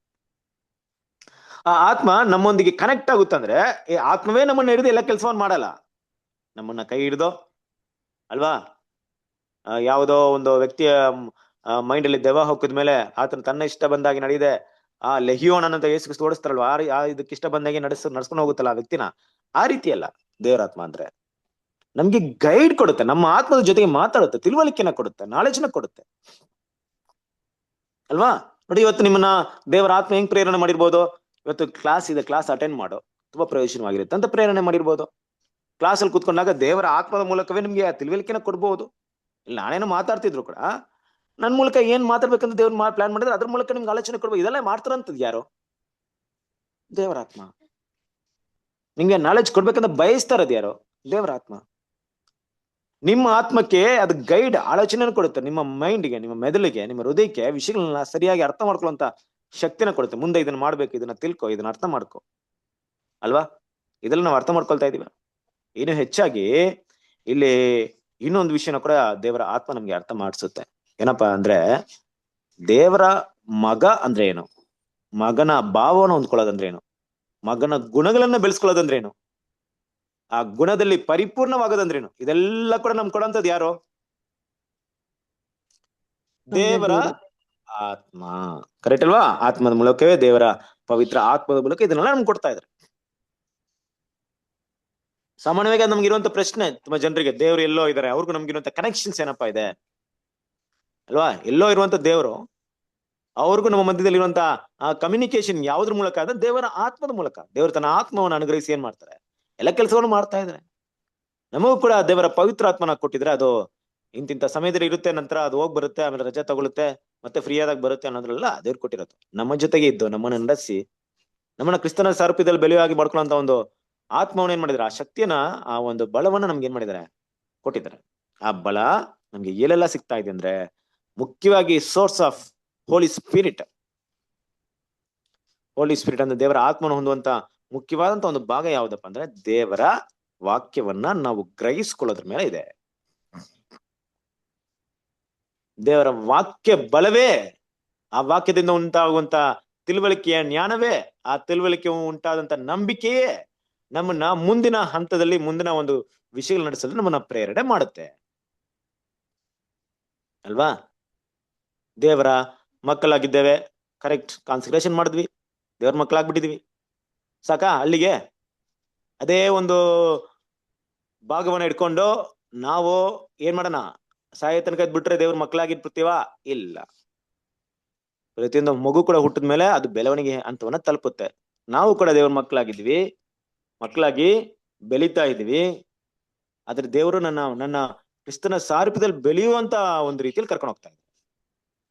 ಕ್ರಿಸ್ತನಲ್ಲಿ ಜನಿಸಲ್ಪಟ್ಟಿದ್ದೀನಿ, ದೇವರ ಆತ್ಮದ ಮೂಲಕವಾಗಿ ಜನಿಸಲ್ಪಟ್ಟಿದ್ದೀನಿ, ವಾಕ್ಯದಿಂದ ಜನಿಸಲ್ಪಟ್ಟಿದ್ದೀನಿ. ಜನಿಸಲ್ಪಟ್ಟ ಮೇಲೆ ನನ್ಗೆ ಗೊತ್ತಾಯ್ತು ನಾನು ಹೇಗ್ ಜನಿಸಲ್ಪಟ್ಟೆ, ನನ್ನ ಅಪ್ಪ ಯಾರು ಅಂತ ನಾವು ನೂತನ ಸೃಷ್ಟಿ ಕೇಳ್ತಾ ಇದ್ದೆ. ನೋಡಪ್ಪ, ನಿನ್ನ ಅಪ್ಪ ಯಾರು? ತಂದೆಯಾದ ದೇವರು. ನೀನು ಅವರ ಮಗನಾಗಿದ್ದೀಯ. ನಿನಗೆ ಪುತ್ರನ ಭಾವನ ಕೊಟ್ಟಿದ್ದಾರೆ, ಮಗನ ಭಾವನ ಕೊಟ್ಟಿದ್ದಾರೆ. ಅರ್ಥವಾಯ್ತು? ಮುಂದೆ ನೀನ್ ಏನ್ ಮಾಡ್ಬೇಕು? ಮುಂದೆ ನೀನೇನ್ ಮಾಡ್ಬೇಕಂದ್ರೆ, ಆತನ ಒಬ್ಬನೇ ಮಗನಾಗಿರುವಂತ ಯೇಸು ಕ್ರಿಸ್ತನ ಸಾರೂಪ್ಯದಲ್ಲಿ ಬೆಳಿಬೇಕು. ಬೆಳೆಯೋದಕ್ಕೆ ಈ ಪವಿತ್ರ ಆತ್ಮ ನೀನ್ ಕೊಡಲ್ಪಟ್ಟಿರೋದು. ಹೇಗ್ ಬೆಳಿಬೇಕು ಅದನ್ನ ಮುಂದೆ ವಿಷಯಗಳನ್ನ ತಿಳಿಸ್ಕೊಂಡು ಹೋಗ್ತೀನಿ. ನೀನು ಬೆಳೆಯೋಕೆ ಆಸೆ ಇದೆಯಾ? ನಿರ್ಧಾರ ಮಾಡು. ಹೌದು, ನನಗೆ ಕ್ರಿಸ್ತನ ಸಾರೂಪ್ಯದಲ್ಲಿ ಬೆಳೆಯೋಕೆ ತುಂಬಾ ಆಸೆ ಇದೆ, ನಾನು ಕ್ರಿಸ್ತನಂತೆ ಆಗ್ಬೇಕನ್ನೋ ತುಂಬಾ ಆಸೆ ಪಡ್ತಾ ಇದ್ದೇನೆ. ಹಾಗಂದ್ರೆ ನಿರ್ಧಾರ ಮಾಡು, ಒಡಂಬಡಿಕೆ ಮಾಡು. ಆಯ್ತು, ನಾನು ಒಡಂಬಡಿಕೆ ಮಾಡ್ಕೊಳ್ತೀನಿ, ಈ ಶರೀರವನ್ನ ನಾಶ ಮಾಡ್ತೀನಿ, ಕ್ರಿಸ್ತನ ಸಾರೂಪ್ಯದಲ್ಲಿ ಬೆಳಿತೀನಿ. ಹಾಗಿದ್ರೆ ಇನ್ಮೇಲಿಂದ ದೇವರ ಆತ್ಮ ನೀನು ಕೊಡಲ್ಪಟ್ಟು ಹಂತ ಹಂತವಾಗಿ ನಿನಗೆ ತಿಳಿಸಲ್ಪಡುತ್ತೆ, ಅಲ್ವಾ? ಹಂತ ಹಂತವಾಗಿ ತಿಳಿಸ್ಕೊಳ್ಪಡಪಟ್ಟಾಗ ಪ್ರತಿ ಸರಿಯೂ ದೇವರ ವಾಕ್ಯವನ್ನ ಕೇಳಿ ಆ ವಾಕ್ಯದ ಬಲ ಮೂಲಕ ನನ್ನನ್ನ ಬದಲಾವಣೆ ಮಾಡ್ಕೊಂಡು ಹೋಗ್ತಾ ಇರುವಾದ್ರೆ ಅದು ಏನಪ್ಪಾ ತಿಳಿಸ್ಕೊಡ್ತಿದೆ ಅಂದ್ರೆ, ದೇವರ ಆತ್ಮ ನನ್ನ ಜೊತೆಗಿದ್ದಾರೆ, ದೇವರ ಮಕ್ಕಳಾಗಿ ಮಾಡೋದಕ್ಕೆ ದೇವ್ರು ನನ್ನ ನಡೆಸ್ತಾ ಇದ್ದಾರೆ ಅನ್ನೋದೇ ದೊಡ್ಡ ಸಾಕ್ಷಿಯಾಗಿರುತ್ತೆ ಅಲ್ಲಿ. ಅದ್ರಲ್ಲಿ ನಮ್ಗೆ ಯಾವುದೇ ರೀತಿ ಸಂದೇಹ ಬರಲ್ಲ. ದೇವ್ರ ಮಕ್ಳಿಗೆ ಯಾವತ್ತೂ ಕೂಡ ಇಲ್ಲಪ್ಪ, ನನ್ನ ಹತ್ರ ಇರೋ ದೇವ್ರ ಆತ್ಮ ತರ ಕಾಣಿಸ್ತಾ ಇಲ್ಲ, ಯಾವ್ದೋ ಬೇರೆ ಒಂದು ದುಷ್ಟ ಆತ್ಮ ತರ ಕಾಣಿಸ್ತಾ ಇದೆ, ನಾನೆಲ್ಲೂ ಕ್ರಿಸ್ತನ ಸ್ವರೂಪದಲ್ಲಿ ನಡೀತಾ ಇಲ್ಲ, ಕ್ರಿಸ್ತನ ಸ್ವರೂಪದಲ್ಲಿ ಇದಲ್ಲ ಅನ್ನೋದು ಯಾವತ್ತಾದ್ರೂ ನಮ್ಗೆ ಗಲಿಬಿಲಿ ಬಂದಿದ್ಯಾ ಅಂದ್ರೆ ಖಂಡಿತ ಇರಕ್ಕೆ ಸಾಧ್ಯತೆನೇ ಇಲ್ಲ. ನಮ್ಗೆ ಬೇಕಾದ್ರೆ ಈ ರೀತಿ ಬರುತ್ತೆ ಮನಸ್ಸು, ಅಯ್ಯೋ ನಾನು ಕ್ರಿಸ್ತನ ಸ್ವರೂಪದಲ್ಲಿ ಬೆಳಿಬೇಕಲ್ವಾ, ಅದಕ್ಕೆ ದೇವರ ಆತ್ಮ ನನ್ ಕೊಡಲ್ಪಟ್ಟಿದೆಯಲ್ವಾ, ನಾನು ಯಾಕೆ ಇಷ್ಟ ಯಾಕೆ ತಡ ಮಾಡ್ತಾ ಇದ್ದೀನಿ, ನನ್ನ ಗುಣಗಳ ಬೆಳವಣಿಗೆಯಲ್ಲಿ ಯಾಕೆ ಇಷ್ಟೊಂದು ತಡವಾಗ್ತಿದೆ, ನಾನು ಯಾಕೆ ಇನ್ನೂ ಪ್ರಾಮುಖ್ಯತೆ ಕೊಡ್ತಾ ಇಲ್ಲ, ನಾನು ಇನ್ನೂ ಕೂಡ ಕೆಲವೊಂದು ವಿಷಯಕ್ಕೆ ಇಂಪಾರ್ಟೆನ್ಸ್ ಕೊಡ್ಬೇಕಲ್ಲ, ನಾನು ದೇವರ ವಾಕ್ಯವನ್ನ ಕೇಳ್ಕೊಳ್ಳೋದಿರ್ಬೋದು, ಅದನ್ನ ಗ್ರಹಿಸ್ಕೊಳ್ಳೋದಿರ್ಬೋದು, ಅದ್ರಲ್ಲಿ ನಡೆಯುವಂತ ವಿಷಯದಲ್ಲಿ ಇರ್ಬೋದು, ನಾನು ಇನ್ನೂ ಕೂಡ ಹಿಂದೆ ಉಳಿದಿದ್ದೀನಿ, ನಾನು ಇನ್ನೂ ಕೂಡ ಮುಂದುವರಿಬೇಕಲ್ಲ. ಇದು ಕೂಡ ದೇವರ ಆತ್ಮದ ಮೂಲಕ ನನಗೆ ಎಚ್ಚರಿಕೆ ಸಿಗ್ತಾ ಇರುತ್ತೆ. ಇದೆಲ್ಲ ನಾವು ತಿಳ್ಕೊಂಡಿರೋ ರೀತಿಯಲ್ಲಿ ನಮ್ಮ ಆತ್ಮದ ಮೂಲಕ ದೇವರ ಆತ್ಮ ನಮ್ಗೆ ಕೊಡುವಂತ ಸಾಕ್ಷಿ ಅಲ್ವಾ, ಸತ್ಯದ ತಿಳುವಳಿಕೆ. ಈ ಸಾಕ್ಷಿ ಅಂದ ತಕ್ಷಣ ನಾವು ದೇವರ ಮಗು ಅಂತ ತಿಳ್ಕೊಳ್ಳೋದು ಒಂದೇ ಕ್ಷಣ ಅಷ್ಟೇ. ನೋಡಿ, ದೇವರ ಮಕ್ಕಳು ನೀವು ಅಂತ ತಿಳ್ಕೊಳ್ಳೋದು ಮುಗೀತು. ಆದ್ರೆ ಈ ಸಾಕ್ಷಿಯ ಇನ್ನೊಂದು ಭಾಗ ಏನಪ್ಪಾ ಅಂದ್ರೆ, ದೇವರ ಮಕ್ಕಳಾಗಿ ಮಾರ್ಪಡೋದಕ್ಕೆ ಪ್ರತಿದಿನ ನಮ್ಗೆ ನಡೆಸುವಂತ ಭಾಗ ಇದೆಯಲ್ಲ, ಅದು ದೊಡ್ಡ ಸಾಕ್ಷಿ ಅಲ್ವಾ. ಆ ಭಾಗಕ್ಕೆ ದೇವರು ನಮ್ಮನ್ನ ಮುಂದುವರಿಸ್ತಾ ಇರ್ತಾರೆ ಪ್ರತಿದಿನ. ಕ್ರಿಸ್ತನ ಪ್ರೀತಿಯ ಸಹೋದರರೇ, ಸ್ವಲ್ಪ ಯೋಚನೆ ಮಾಡಿ. ಇನ್ನ ಮಕ್ಳು ಇದ್ದಾರೆ, ಮಕ್ಕಳನ್ನ ನಾವು ಹೆತ್ತ ಮೇಲೆ ಅವ್ರನ್ನ ಹುಟ್ಟು ಬೆಳೆಸ್ಬೇಕು. ಹುಟ್ಟಿದ ಮೇಲೆ ಮಕ್ಕಳು ನೀವು ಅಮೆರಿಕಾಗ ಹೋಗ್ಬಿಟ್ಟು ಮಕ್ಕಳನ್ನ ಇಲ್ಲೇ ಬಿಟ್ಟು ಮಕ್ಕಳನ್ನ ಒಳ್ಳೆ ರೀತಿ ಬೆಳಿಬೇಕಂತ ನೀವು ಬಯಸಿದ್ರೆ ಬೆಳೆಯಕ್ಕಾಗುತ್ತಾ? ಇಲ್ಲ ನೀವೆಲ್ಲೋ ದೂರ ದೇಶದಲ್ಲಿ ಇದ್ಬಿಟ್ಟು ಯಾರ ಹತ್ರನೂ ಮಕ್ಕಳು ಬಿಟ್ಬಿಟ್ಟು ನನ್ ಮಕ್ಕಳು ಒಳ್ಳೆ ಗುಣಗಳಲ್ಲಿ ಬೆಳಿಬೇಕಂದ್ರೆ ಬೆಳೆಯಕ್ಕಾಗುತ್ತಾ? ನೀವು ಬಯಸಿದ ರೀತಿಯಲ್ಲಿ ಮಕ್ಕಳನ್ನ ಬೆಳೆಸಕ್ಕಾಗುತ್ತಾ? ಇಲ್ಲ ರೀ. ಆಗಲ್ಲ. ಮಕ್ಕಳನ್ನ ಬೆಳೆಸುವಂತ ಜವಾಬ್ದಾರಿ ಯಾರ ಕೈಲಿರುತ್ತೆ? ಪೋಷಕರ ಕೈ. ಸಾಮಾನ್ಯವಾಗಿ ಒಂದು ವಿಷಯ ಏನಪ್ಪ ಅಂದ್ರೆ, ಆಸೆಗೋಸ್ಕರ ಮಕ್ಕಳನ್ನ ಹುಟ್ಟಿಸ್ಬಿಟ್ಟು ಅವ್ರನ್ನ ಬೆಳೆಸಕ್ಕಾಗಲ್ಲ ಅಂದ್ರೆ ಮಕ್ಕಳು ಬೇಕಾಗಿರಲ್ಲ ಯಾರಿಗೂ ಕೂಡ. ಮಕ್ಕಳನ್ನ ಒಳ್ಳೆ ರೀತಿಯಲ್ಲಿ ಬೆಳೆಸ್ಬೇಕನ್ನೋದು ಪ್ರತಿಯೊಬ್ಬ ತಂದೆ ತಾಯಂದ್ರ ಪೋಷಕರ ಜವಾಬ್ದಾರಿ ಆಗಿರುತ್ತೆ. ಬೆಳೆಸೋದಂದ್ರೆ ಊಟ ಬಟ್ಟೆ ಕೊಟ್ಟು ನಿದ್ರೆ ಕೊಟ್ಟು ವಸತಿ ಕೊಟ್ಟು ಬೆಳೆಸೋದಲ್ಲ, ಒಳ್ಳೆ ಗುಣಗಳಲ್ಲಿ ಬೆಳೆಸ್ಬೇಕು. ನಾವು ಕೂಡ ನಮ್ಮ ಮಕ್ಕಳಿಗೆ ಇಷ್ಟೆಲ್ಲ ಆಸೆ ಪಡ್ಬೇಕಾದ್ರೆ ಅವರ ವೈಯಕ್ತಿಕ ಜೀವನ ಮುಂದೆ ಭವಿಷ್ಯದಲ್ಲಿ ಅವರು ಒಳ್ಳೆ ವ್ಯಕ್ತಿಯಾಗಿ ರೂಪುಗೊಳ್ಳಬೇಕು. ಅವ್ರಿಗೆ ಎಂತ ವಿದ್ಯಾಭ್ಯಾಸವನ್ನು ಕೊಡ್ಬೇಕು, ಎಂತ ಎಜುಕೇಶನ್ ಕೊಡ್ಬೇಕು, ಅವ್ರ ಮುಂದೆ ಏನ್ ಮಾತಾಡ್ಬೇಕು, ಏನ್ ಮಾತಾಡ್ಬಾರ್ದು, ಏನೆಲ್ಲ ಅವ್ರು ನೋಡ್ಬೇಕು, ಏನೆಲ್ಲ ನೋಡ್ಬಾರ್ದು, ಯಾವ ವಿಷಯದಲ್ಲಿ ನಾವು ನಿಗಾ ಇಡ್ತೀವಿ, ಯಾವ ವಿಷಯದಲ್ಲಿ ನಾವು ತುಂಬಾ ಮಕ್ಕಳ ವಿಷಯದಲ್ಲಿ ತುಂಬಾ ಒಂದು ಕಟ್ಟುನಿಟ್ಟಾದ ವಿಷಯಗಳನ್ನ ಫಾಲೋ ಮಾಡ್ತೀವಿ, ಮಕ್ಕಳ ಬೆಳವಣಿಗೆಗೋಸ್ಕರ ಎಂತ ಒಂದು ನಿರ್ಧಾರಗಳನ್ನ ತಗೊಳ್ತೀವಿ, ಇದೆಲ್ಲ ಕೂಡ ಒಳ್ಳೆಯ ಪೋಷಕರ ಮೇಲೆ ಅವಲಂಬಿತವಾಗಿರುತ್ತೆ. ದೇವ್ರ ವಾಕ್ಯ ಹೇಳ್ತಾ ಇದೆ ಅಲ್ವಾ? ಏನಂತ ಹೇಳ್ತಾ ಇದ್ರೆ ಮಾತಾಡ್ಬೇಕಾರೆ ಒಂದು ಒಳ್ಳೆ ವಾಕ್ಯ ಇದೆಯಲ್ಲ, ನಿಮ್ಗೆಲ್ಲ ಗೊತ್ತಿರ್ಬೇಕು. ಮಕ್ಕಳು ರೊಟ್ಟಿಯನ್ನು ಕೇಳಿದ್ರೆ ಕಲ್ಲನ್ನು ಕೊಡೋದಿಲ್ಲ. ಮೀನನ್ನು ಕೇಳಿದ್ರೆ ಏನ್ ಕೊಡಲ್ಲ? ಹಾವನ್ನು ಕೊಡಲ್ಲ ಕೊಡೋದಿಲ್ಲ. ಅಂತ ಹೇಳ್ಬಿಟ್ಟು ಏನಂತ ಹೇಳ್ತಾರೆ? ಎಲ್ಲಿ ಬರುತ್ತೆ ವಾಕ್ಯ? ಹೋದ್ರಿ ಅದನ್ನ. ಮತ್ತಾಯದಲ್ಲಿದೆ. ಮತ್ತೆ ಇದೆಲ್ಲ ಬರುತ್ತೆ. ಎಲ್ಲಿ ಬರುತ್ತೆ?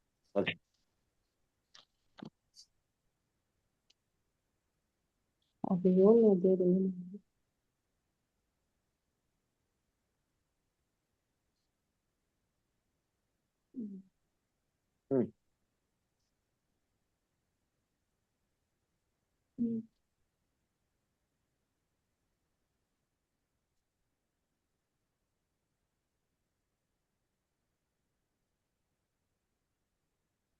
ಹೇಗಿದೆ ಮತ್ತೇನು ಸುವಾರ್ತೆ? 7ನೇ ಅಧ್ಯಾಯ ಬರೋ 7ನೇ ಅಧ್ಯಾಯ ಎಷ್ಟು 7ನೇ ಅಧ್ಯಾಯ 8ನೇ ವಾಕ್ಯ ಹೋದ್ರಿ. 8ನೇ ವಾಕ್ಯದಲ್ಲಿದೆ ಬ್ರದರ್. ಯಾಕಂದರೆ ಬೇಡಿಕೊಳ್ಳುವ ಪ್ರತಿಯೊಬ್ಬನು ಹೊಂದುವನು, ಹುಡುಕುವವನಿಗೆ ಸಿಕ್ಕುವುದು, ತಟ್ಟುವವನಿಗೆ ತೆರೆಯುವುದು. ನಿಮ್ಮಲ್ಲಿ ಯಾವನಾದರೂ ರೊಟ್ಟಿ ಕೇಳುವ ಮಗನಿಗೆ ಕಲ್ಲನ್ನು ಕೊಡುವನೇ? ಮೀನು ಕೇಳಿದರೆ ಹಾವನ್ನು ಕೊಡುವನೇ? ಹಾಗಾದರೆ ಕೆಟ್ಟವರಾದ ನೀವು ನಿಮ್ಮ ಮಕ್ಕಳಿಗೆ ಒಳ್ಳೆಯ ಪದಾರ್ಥಗಳನ್ನು ಕೊಡಬಲ್ಲವರಾದರೆ ಪರಲೋಕದಲ್ಲಿರುವ ನಿಮ್ಮ ತಂದೆಯು ತನ್ನನ್ನು ಬೇಡಿಕೊಳ್ಳುವವರಿಗೆ ಎಷ್ಟೋ ಹೆಚ್ಚಾಗಿ ಒಳ್ಳೆಯ ವರಗಳನ್ನು ಕೊಡುವನಲ್ಲವೇ? ಎಷ್ಟೋ ಹೆಚ್ಚಾಗಿ ಒಳ್ಳೆಯ ವರಗಳನ್ನು ಕೊಡಬಲ್ಲವನಲ್ಲವೇ? ಇದೇ ಒಂದು ವಾಕ್ಯವನ್ನ ಬೇರೆ ಕಡೆ ಹೋದಾಗ ಅಲ್ಲಿ ಏನಂತ ಬರ್ತಿದೆ ಅಂದ್ರೆ, ತೆಗಿರಿ ಒಂದು ವಾಕ್ಯ ನೋಡ್ರಿ, ಹೇಳ್ತೀನಿ.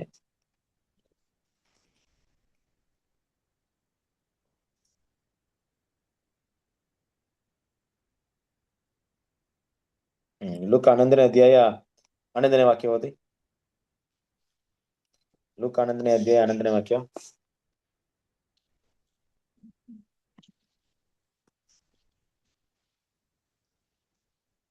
ಮೀನನ್ನು ಕೇಳುವ ಮಗನಿಗೆ ಮೀನು ಕೊಡದೆ ಹಾವನ್ನು ಕೊಡುವನೆ? ಅಥವಾ ತತ್ತಿಯನ್ನು ಕೇಳಿದರೆ ಚೇಡನ್ನು ಕೊಡುವನೆ? ಕಂಟಿನ್ಯೂ ಮಾಡಿಮ್ಮ. ಹಾಗಾದರೆ ಕೆಟ್ಟವರಾದ ನೀವು ನಿಮ್ಮ ಮಕ್ಕಳಿಗೆ ಒಳ್ಳೆಯ ಪದಾರ್ಥಗಳನ್ನು ಕೊಡಬಲ್ಲವರಾದರೆ ಪರಲೋಕದಲ್ಲಿರುವ ನಿಮ್ಮ ತಂದೆಯು ತನ್ನನ್ನು ಬೇಡಿಕೊಳ್ಳುವವರಿಗೆ ಎಷ್ಟೋ ಹೆಚ್ಚಾಗಿ ಪವಿತ್ರಾತ್ಮ ವರವನ್ನು ಕೊಡುವನಲ್ಲವೇ? ನೋಡಿದ್ರ, ಪವಿತ್ರಾತ್ಮ ವರವನ್ನು ಕೊಡುವನಲ್ಲವೇ ಅಲ್ವಾ? ದೇವ್ರ ಮಾತು ಏನಂತಿದೆ ಅಂದ್ರೆ, ಈ ದೇವರು ನಮಗೆ ಕೊಡುವಂತ ವಿಷಯಗಳೇನಪ್ಪಾ ಅಂದ್ರೆ, ಈ ಸತ್ಯದ ಆತ್ಮ, ಪವಿತ್ರ ಆತ್ಮ ಅಂತ ತಗೊಂಡಾಗ ಇದು ವರ ಅಂದ್ರೆ ಗಿಫ್ಟ್ ಅಲ್ವಾ? ಈ ವರ ಏನಕ್ಕಪ್ಪ ಅಂದ್ರೆ ಗುಣಗಳನ್ನ ಕನ್ವರ್ಟ್ ಮಾಡೋದಕ್ಕೆ ಸಿಗ್ತಾರಂಥದ್ದು ವರ. ನಮ್ಮನ್ನ ಗೈಡ್ ಮಾಡೋದು ಅದೊಂದು ವರ. ಯಾರೋ ಒಬ್ರು ನಮ್ಗೆ ಇದಾರೆ ಅಂತ ಇಟ್ಕೊಳ್ಳಿ, ಜೊತೆಗಿದ್ದಾರೆ, ನಮ್ಮನ್ನ ಕೈದು ಕಾಪಾಡಿ ನಡ್ಸ್ಕೊಂಡು ಹೋಗ್ತಾರೆ, ಒಳ್ಳೆ ಆಲೋಚನೆ ಕೊಡ್ತಾರೆ ಅಂತ ಇದ್ದಾಗ ಹೇಗ್ ಎಷ್ಟ್ರ ಮಟ್ಟಿಗೆ ನಾವು ಅದ್ರಲ್ಲಿ ಬೆಳಿತೀವಿ? ಅದನ್ನೇ ಹೇಳ್ತಾ ಇದ್ದೀನಿ. ದೇವರು ಪವಿತ್ರಾತ್ಮ ವರವನ್ನ ಕೊಡ್ತಾರೆ ಅಂದಾಗ ಯಾವ ಟಾಪಿಕ್ ಬಗ್ಗೆ ಮಾತಾಡ್ತಿದ್ವಿ ಅಂದ್ರೆ, ನಾವು ನಮ್ಮ ಮಕ್ಕಳನ್ನ ನಮ್ಮ ಜೊತೆಗಿದ್ದು ಸಾಕ್ಬೇಕಂತ ಯೋಚನೆ ಮಾಡಂತ ನಾವು ಆದ್ರೆ ತಂದೆಯಾದ ದೇವ್ರ ದೃಷ್ಟಿ ವಿಷಯಕ್ಕೆ ಬರ್ಬೇಕಾದ್ರೆ ತಂದೆಯಾದ ದೇವ್ರು ಎಲ್ಲೋ ಇದಾರೆ, ನಾವು ದೇವ್ರ ಮಕ್ಳಂತೆ, ಅವ್ರು ಅಲ್ಲಿ ಇದಾರೆ, ನಾವ್ ಇಲ್ಲಿದೀವಿ. ಹೆಂಗಪ್ಪ ನಾವು ಬೆಳೆಯೋದು ಅಂದ್ರೆ ದೇವ್ರ ಏನಾಗಿಲ್ಲ ನಮ್ಮನ್ನ ಆ ರೀತಿ ಬಿಡ್ಲಿಲ್ಲ ಅಲ್ವಾ. ನಾವ್ ಮೇಲೆ 24/7 ಹೆವೆನ್ಲಿ CCTVನ ಇಟ್ಬಿಟ್ಟವ್ರೆ. ಹೆವೆನ್ಲಿ CCTV ಸರ್ವೆಲೆನ್ಸ್ ಇಟ್ಬಿಟ್ಟವ್ರೆ ನಮ್ಮನ್ನ. ಪ್ರಲೋಕದ ಕಣ್ಗಾವಲಿನಲ್ಲಿ, ಪ್ರಲೋಕದ ಕ್ಯಾಮ್ರಾದ ಮುಂದೆ ಇಟ್ಬಿಟ್ಟವ್ರೆ ನಮ್ಮನ್ನ. ಪ್ರತಿ ಒಂದು ವಿಷಯ ಅಪ್ಡೇಟ್ ಹೋಗ್ತಿದೆ.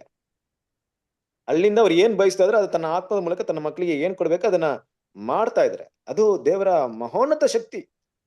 ನಾವಂದ್ರೆ ತಂದೆ ತಾಯಿ ಅಂದ್ರೆ ಹಂಗೆ ಅಲ್ವಾ, ನಾವ್ ಇಲ್ಲಿರ್ತೀವಿ, ಮಕ್ಳು ಅಲ್ಲಿರ್ತಾರೆ. ಏನೋ ಮಕ್ಳಿಗೆ ಎಮರ್ಜೆನ್ಸಿ ಬಂತು ಅಂದ್ರೆ ನಾವು ಬಸ್ ಹಿಡ್ದೋ ಇಲ್ಲ ಫ್ಲೈಟ್ ಹಿಡ್ದೋ ಇಲ್ಲ ಟ್ರೈನ್ ಹಿಡಿದು ಹೋಗೋಷ್ಟಲ್ಲಿ ಮುಗೀತಲ್ಲ, ಏನಾಗುತ್ತೋ ಗೊತ್ತಾಗಲ್ಲ. ನಮ್ ಪರಿಸ್ಥಿತಿ ಹಂಗೆ. ದೇವ್ರು ಹಂಗಲ್ಲ ಅಲ್ಲ, ಸರ್ವಶಕ್ತಿ ಸರ್ವವ್ಯಾಪಿ ಆತನು ಅಲ್ಲಿದ್ದಲೇ ನಮ್ಮನ್ನ ಏನ್ ಮಾಡ್ತಾ ಇದ್ದಾನೆ, ನಮ್ಮನ್ನ ಏನ್ ನಡೆಸ್ಬೇಕು ಹೇಗ್ ನಡೆಸ್ಬೇಕಂತ ಪ್ರತಿಯೊಂದು ಕಾರ್ಯವನ್ನು ಮೊದಲೇ ಪ್ರೀ ಪ್ಲಾನ್ ಮಾಡಿಟ್ಬಿಟ್ಟವ್ರೆ ತಂದೆ ದೇವರು ನಮ್ಮ ಜೀವನದಲ್ಲಿ ನಡೆಯುವಂತ ವಿಷಯಗಳು. ಅಂದ್ರೆ ಕೆಲವೊಂದು ವಾಕ್ಯಗಳೆಲ್ಲ ಓದಿದಾಗ ಎಲ್ಲಿ ಕೂಡ ಅಂತ ವಾಕ್ಯ ಬಳಕೆ ನಿಖರವಾದ ವಾಕ್ಯವನ್ನ ಕೇಳೋದಕ್ಕೆ ಸಾಧ್ಯತೆನೇ ಇರಲ್ಲ ನಮ್ಗೆ. ಇದೇ 8ನೇ ಅಧ್ಯಾಯದಲ್ಲಿ ಬರುತ್ತೆ ರೋಮಪುರದವರಿಗೆ, ದೇವರ ಸಣ್ಣ ಸಂಕಲ್ಪದ ಮೇರೆಗೆ ಕರೆಯಲ್ಪಟ್ಟರಾಗಿ ತನ್ನನ್ನು ಪ್ರೀತಿಸುವವರಿಗೆ ಎಲ್ಲವೂ ಹಿತಕರವಾಗಿ ನಡೆಯುತ್ತೆ ಅಂತ ಹೇಳಿದಾಗ ಯಾವ ರೀತಿ ಅಂತ ಒಂದು ಮಾತಿನ ಭರವಸೆ ಅಂದಾಗ ದೇವರ ಆತ್ಮದ ಮೂಲಕ ದೇವರು ನಮ್ಮನ್ನು ನಡೆಸ್ತಾ ಇದ್ದಾರೆ. ಸೊ ದೇವ್ರ ಮಕ್ಕಳು ಇಲ್ಲಿ ದೇವರ ಆತ್ಮದ ಮೂಲಕ ನಾವು ನಡೆಸಲ್ಪಡ್ತಾ ಇದ್ದೀವಿ ಅನ್ನೋದು ತುಂಬಾ ನಿರ್ದಿಷ್ಟವಾದಂತ ವಿಷಯ, ಅದ್ರಲ್ಲಿ ಯಾವುದೇ ಸಂದೇಹವಿಲ್ಲ. ಅದಕ್ಕಿಂತ ಹೆಚ್ಚಾದ ಒಂದು ವಿಷಯನ ನಾವೆಲ್ಲರೂ ಅರ್ಥ ಮಾಡ್ಕೊಬೇಕು. ಏನಪ್ಪಾ ಆ ವಿಷಯ ಅಂದ್ರೆ, ದೇವರ ಆತ್ಮ ಅನ್ನುವಂತ ಬಲ ಶಕ್ತಿ ಇದೆಯಲ್ಲ, ಆ ಬಲ ಶಕ್ತಿ ಮುಂದೆ ಯಾವುದೇ ದೊಡ್ಡ ಶಕ್ತಿ ಇಲ್ಲ. ಯಾವುದೇ ಶಕ್ತಿಗೆ ಅದನ್ನ ಕಂಪೇರ್ ಮಾಡಕ್ಕಾಗಲ್ಲ. ಸರಿಯಾಗಿ ನಾವೇನಾದ್ರೂ ಸ್ಪಷ್ಟವಾಗಿ ಅರ್ಥ ಮಾಡ್ಕೊಂಡ್ಬಿಟ್ರೆ, ದೇವರ ಆತ್ಮದ ಮೂಲಕ ದೇವ್ರ ಮಕ್ಕಳು ನಡೆಸಲ್ಪಡ್ತಿರುವಂತಹ ವಿಷಯವನ್ನ ಗ್ರಹಿಸ್ಕೊಂಡ್ಬಿಟ್ರೆ, ಅದಕ್ಕೆ ನಿಖರವಾಗಿ ಯಾವುದೇ ಒಂದು ಶಕ್ತಿ ಇಲ್ಲ. ಈ ಪ್ರಪಂಚದ ಕೆಲವೊಂದು ಶಕ್ತಿ ಇದೆ ತಾನೆ, ಇಂಟರ್ನೆಟ್ ಇದೆ, ನೆಟ್ ಇದೆ ನೋಡಿ. ಈಗ ನೀವು ಮಾತಾಡ್ತಿರ್ಬೇಕಾದ್ರೆ ನಿಮ್ಮ ಒಂದು, ನಾನು ಇಲ್ಲಿಂದ ಮಾತಾಡ್ತಾ ಇದ್ದೀನಿ, ನನ್ನ ಮಾತು ಅಷ್ಟು ಬೇಗ ಸ್ಯಾಟಲೈಟ್ಗೆ ಹೋಗಿ ಅಲ್ಲಿಂದ ನಿಮ್ಗೆ ಬರ್ತಾ ಇದೆ. ಇದೊಂದು ಶಕ್ತಿ, ಇದೊಂದು ಬಲ, ಕಣ್ಣಿಗೆ ಕಾಣಿಸ್ತಿರುವಂತ ಒಂದು ಶಕ್ತಿ ನಡೀತಾ ಇದೆ. ಮೇ ಬಿ ನನ್ನ ಫೋನಲ್ಲಿ ಇರುವಂತ ಚಾರ್ಜ್ ಇರ್ಬೋದು, ಇಂಥ ಹಲವಾರು ವಿಷಯಗಳಿರ್ಬೋದು. ಇವತ್ತು ನೋಡಿ, ಈಗ ಆರ್ಟಿಫಿಷಿಯಲ್ ಇಂಟೆಲಿಜೆಂಟ್ ಬಂದ್ಬಿಟ್ಟಿದೆ, ChatGPT ಬಂದ್ಬಿಟ್ಟಿದೆ. ಕೆಲವೊಂದು ವಿಷಯಗಳನ್ನ ನೀವು ಹೇಳಿದಾಗ ಅದರ ಒಂದು ತಂತ್ರಜ್ಞಾನ ಯೂಸ್ ಮಾಡಿ ನೀವು ಕೆಲವೊಂದು ಪ್ರಶ್ನೆಗಳಿಗೆ ನಿಖರವಾಗಿ ಉತ್ತರವನ್ನು ಕೊಡುವಂತ ಒಂದು ಸಾಮರ್ಥ್ಯ ಹೊಂದ್ಕೊಂಡಿದೆ. ಎಲ್ಲೆಲ್ಲ ಇದೆಯೋ ಡೇಟಾಸ್ನ ಇಡೀ ಒಂದು ನೆಟ್ ಜಾಲದಲ್ಲಿ ಹುಡುಕಿ ಅದನ್ನ ಕೊಡುವಂತ ತಕ್ಷಣ ಮಾತ್ರ ಕೊಡುವಂತ ಟೆಕ್ನಾಲಜಿ ಬಂದಿದೆ. ಅದು ಕೂಡ ಒಂದು ಶಕ್ತಿನೇ. ಆದ್ರೆ ದೇವರ ಮಕ್ಕಳು ನಡೆಸಲ್ಪಡುವಂತ, ದೇವರ ಮಕ್ಕಳಾಗಿ ನಡೆಸಲ್ಪಡೋದಕ್ಕೆ ದೇವ್ರು ಕೊಡುವಂತ ಆತ್ಮವನ್ನ ಕಂಪೇರ್ ಮಾಡಿದಾಗ, ದೇವ್ರು ಕೊಡುವಂತ ಪವಿತ್ರ ಶಕ್ತಿನ ಕಂಪೇರ್ ಮಾಡಿದಾಗ ಅದಕ್ಕೆ ನಿಖರವಾದಂತ ಶಕ್ತಿ ಯಾವುದೂ ಇಲ್ಲ. ಅದು ಯಾರಿಗೆ ಮಾತ್ರ ಅರ್ಥವಾಗುತ್ತಂದ್ರೆ, ದೇವರ ಮಕ್ಕಳಾಗಿ ನಡೆಸಲ್ಪಡುವಂತ ದೇವರ ಮಕ್ಕಳ ಆ ಶಕ್ತಿನ ಗ್ರಹಿಸ್ಕೊಂಡಾಗ ಅದರ ಅದ್ಭುತವನ್ನ ಏನ್ ಮಾಡ್ತಾರೆ, ಅವರು ತಿಳ್ಕೊಳ್ತಾರೆ. ಕರೆಕ್ಟ್ ಅಲ್ವಾ? ಕ್ರಿಸ್ತನ ಪ್ರೀತಿಯ ಸಹೋದರರೇ, ಅದರಿಂದ ಆ ವಿಷಯವನ್ನ ಮೊದಲನೇದಾಗಿ ನಮ್ಮ ಮೈಂಡ್ ಅಲ್ಲಿ ಏನ್ ಮಾಡೋಣ, ನಾವು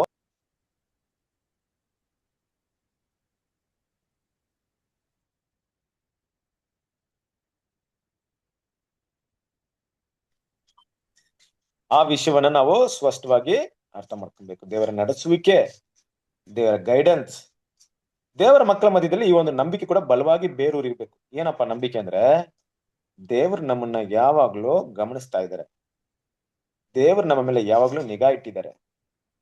ದೇವರು ನಮ್ಮ ವಿಷಯಗಳನ್ನ ತಿಳಿದವರಲ್ಲ. ಇನ್ನು ಕೂಡ ನಾವು ಪ್ರಾರ್ಥನೆ ಮಾಡಿ ದೇವರಿಗೆ ತಿಳಿಸಲ್ಪಷ್ಟು ಮಟ್ಟಿಗೆ ನಮ್ಮ ಮೇಲೆ ಗಮನವಿಡದೆ ದೇವರು ಇದ್ದಾನೆ ಅಂತ ಹೇಳಕ್ಕೂ ಸಾಧ್ಯತೆ ಇಲ್ಲ ಅಲ್ವಾ?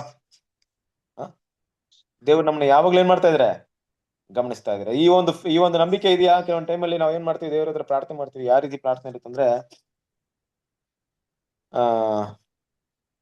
ಹೆಂಗಿರೋದು, ದೇವರೇ ಈ ವಿಷಯ ಗೊತ್ತಾ ನಿಮ್ಗೆ, ಈ ರೀತಿ ನನ್ನ ಜೀವನದಲ್ಲಿ ನಡೆದೋಯ್ತು, ನೀವು ಸ್ವಲ್ಪ ಗಮನಿಸ್ರಿ, ನನ್ನ ಲೈಫ್ನ ಸ್ವಲ್ಪ ನೋಡ್ರಿ, ನಿಮ್ಗೆ ಈ ತರ ಒಂದು ಸನ್ನಿವೇಶ ಆಗ್ಬಿಡ್ತು ಅನ್ನೋ ಅಂತ ರೀತಿಯಲ್ಲಿ ಏನಾಗ್ತಾರೆ ಅಂದ್ರೆ, ಕೆಲವೊಬ್ರು ಯೋಚನೆ ಮಾಡ್ತಾ ಇರ್ತಾರೆ.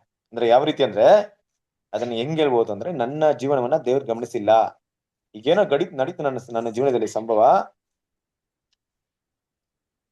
ಆದ್ರೆ ಆ ಒಂದು ಸಂಭವದ ಕುರಿತಾಗಿ ದೇವ್ರಿಗೇನಿಲ್ಲ, ಗೊತ್ತಿಲ್ಲ. ಅದರಿಂದ ನಾನೇನ್ ಮಾಡ್ತೀನಿ, ದೇವ್ರಿಗೆ ಈ ಮಾಹಿತಿನ ಕೊಡ್ತೀನಿ ಅಂತ ಏನ್ ಮಾಡ್ತಾರೆ ಕೆಲವರು, ದೇವರಿಗೆ ಮಾಹಿತಿನ ಕೊಡ್ತಾ ಇರ್ತಾರೆ. ಗೊತ್ತಾಯ್ತಾ? ಅಂದ್ರೆ ಏನರ್ಥ,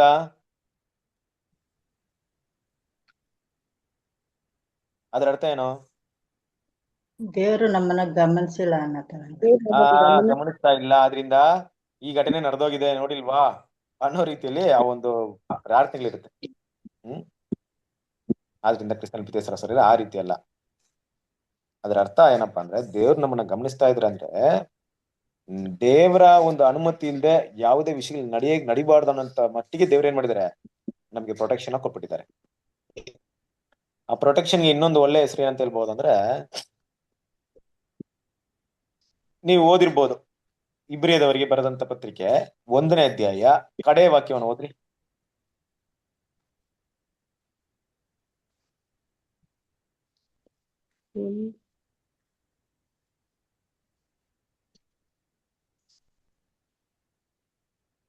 ಆದರೆ ದೇವದೂತರಲ್ಲಿ ಯಾವ ವಿಷಯದಲ್ಲೇ ಆದರೂ ನಾನು ನಿನ್ನ ವಿರೋಧಿಗಳನ್ನು ನಿನಗೆ ಪಾದಪೀಠವಾಗ ಮಾಡುವ ತನಕ ನನ್ನ ಬಲಗಡೆಯಲ್ಲಿ ಕುಳಿತುಕೊಂಡಿರು ಎಂಬುದಾಗಿ ಎಂದಾದರೂ ಹೇಳಿದ್ದಾನೋ?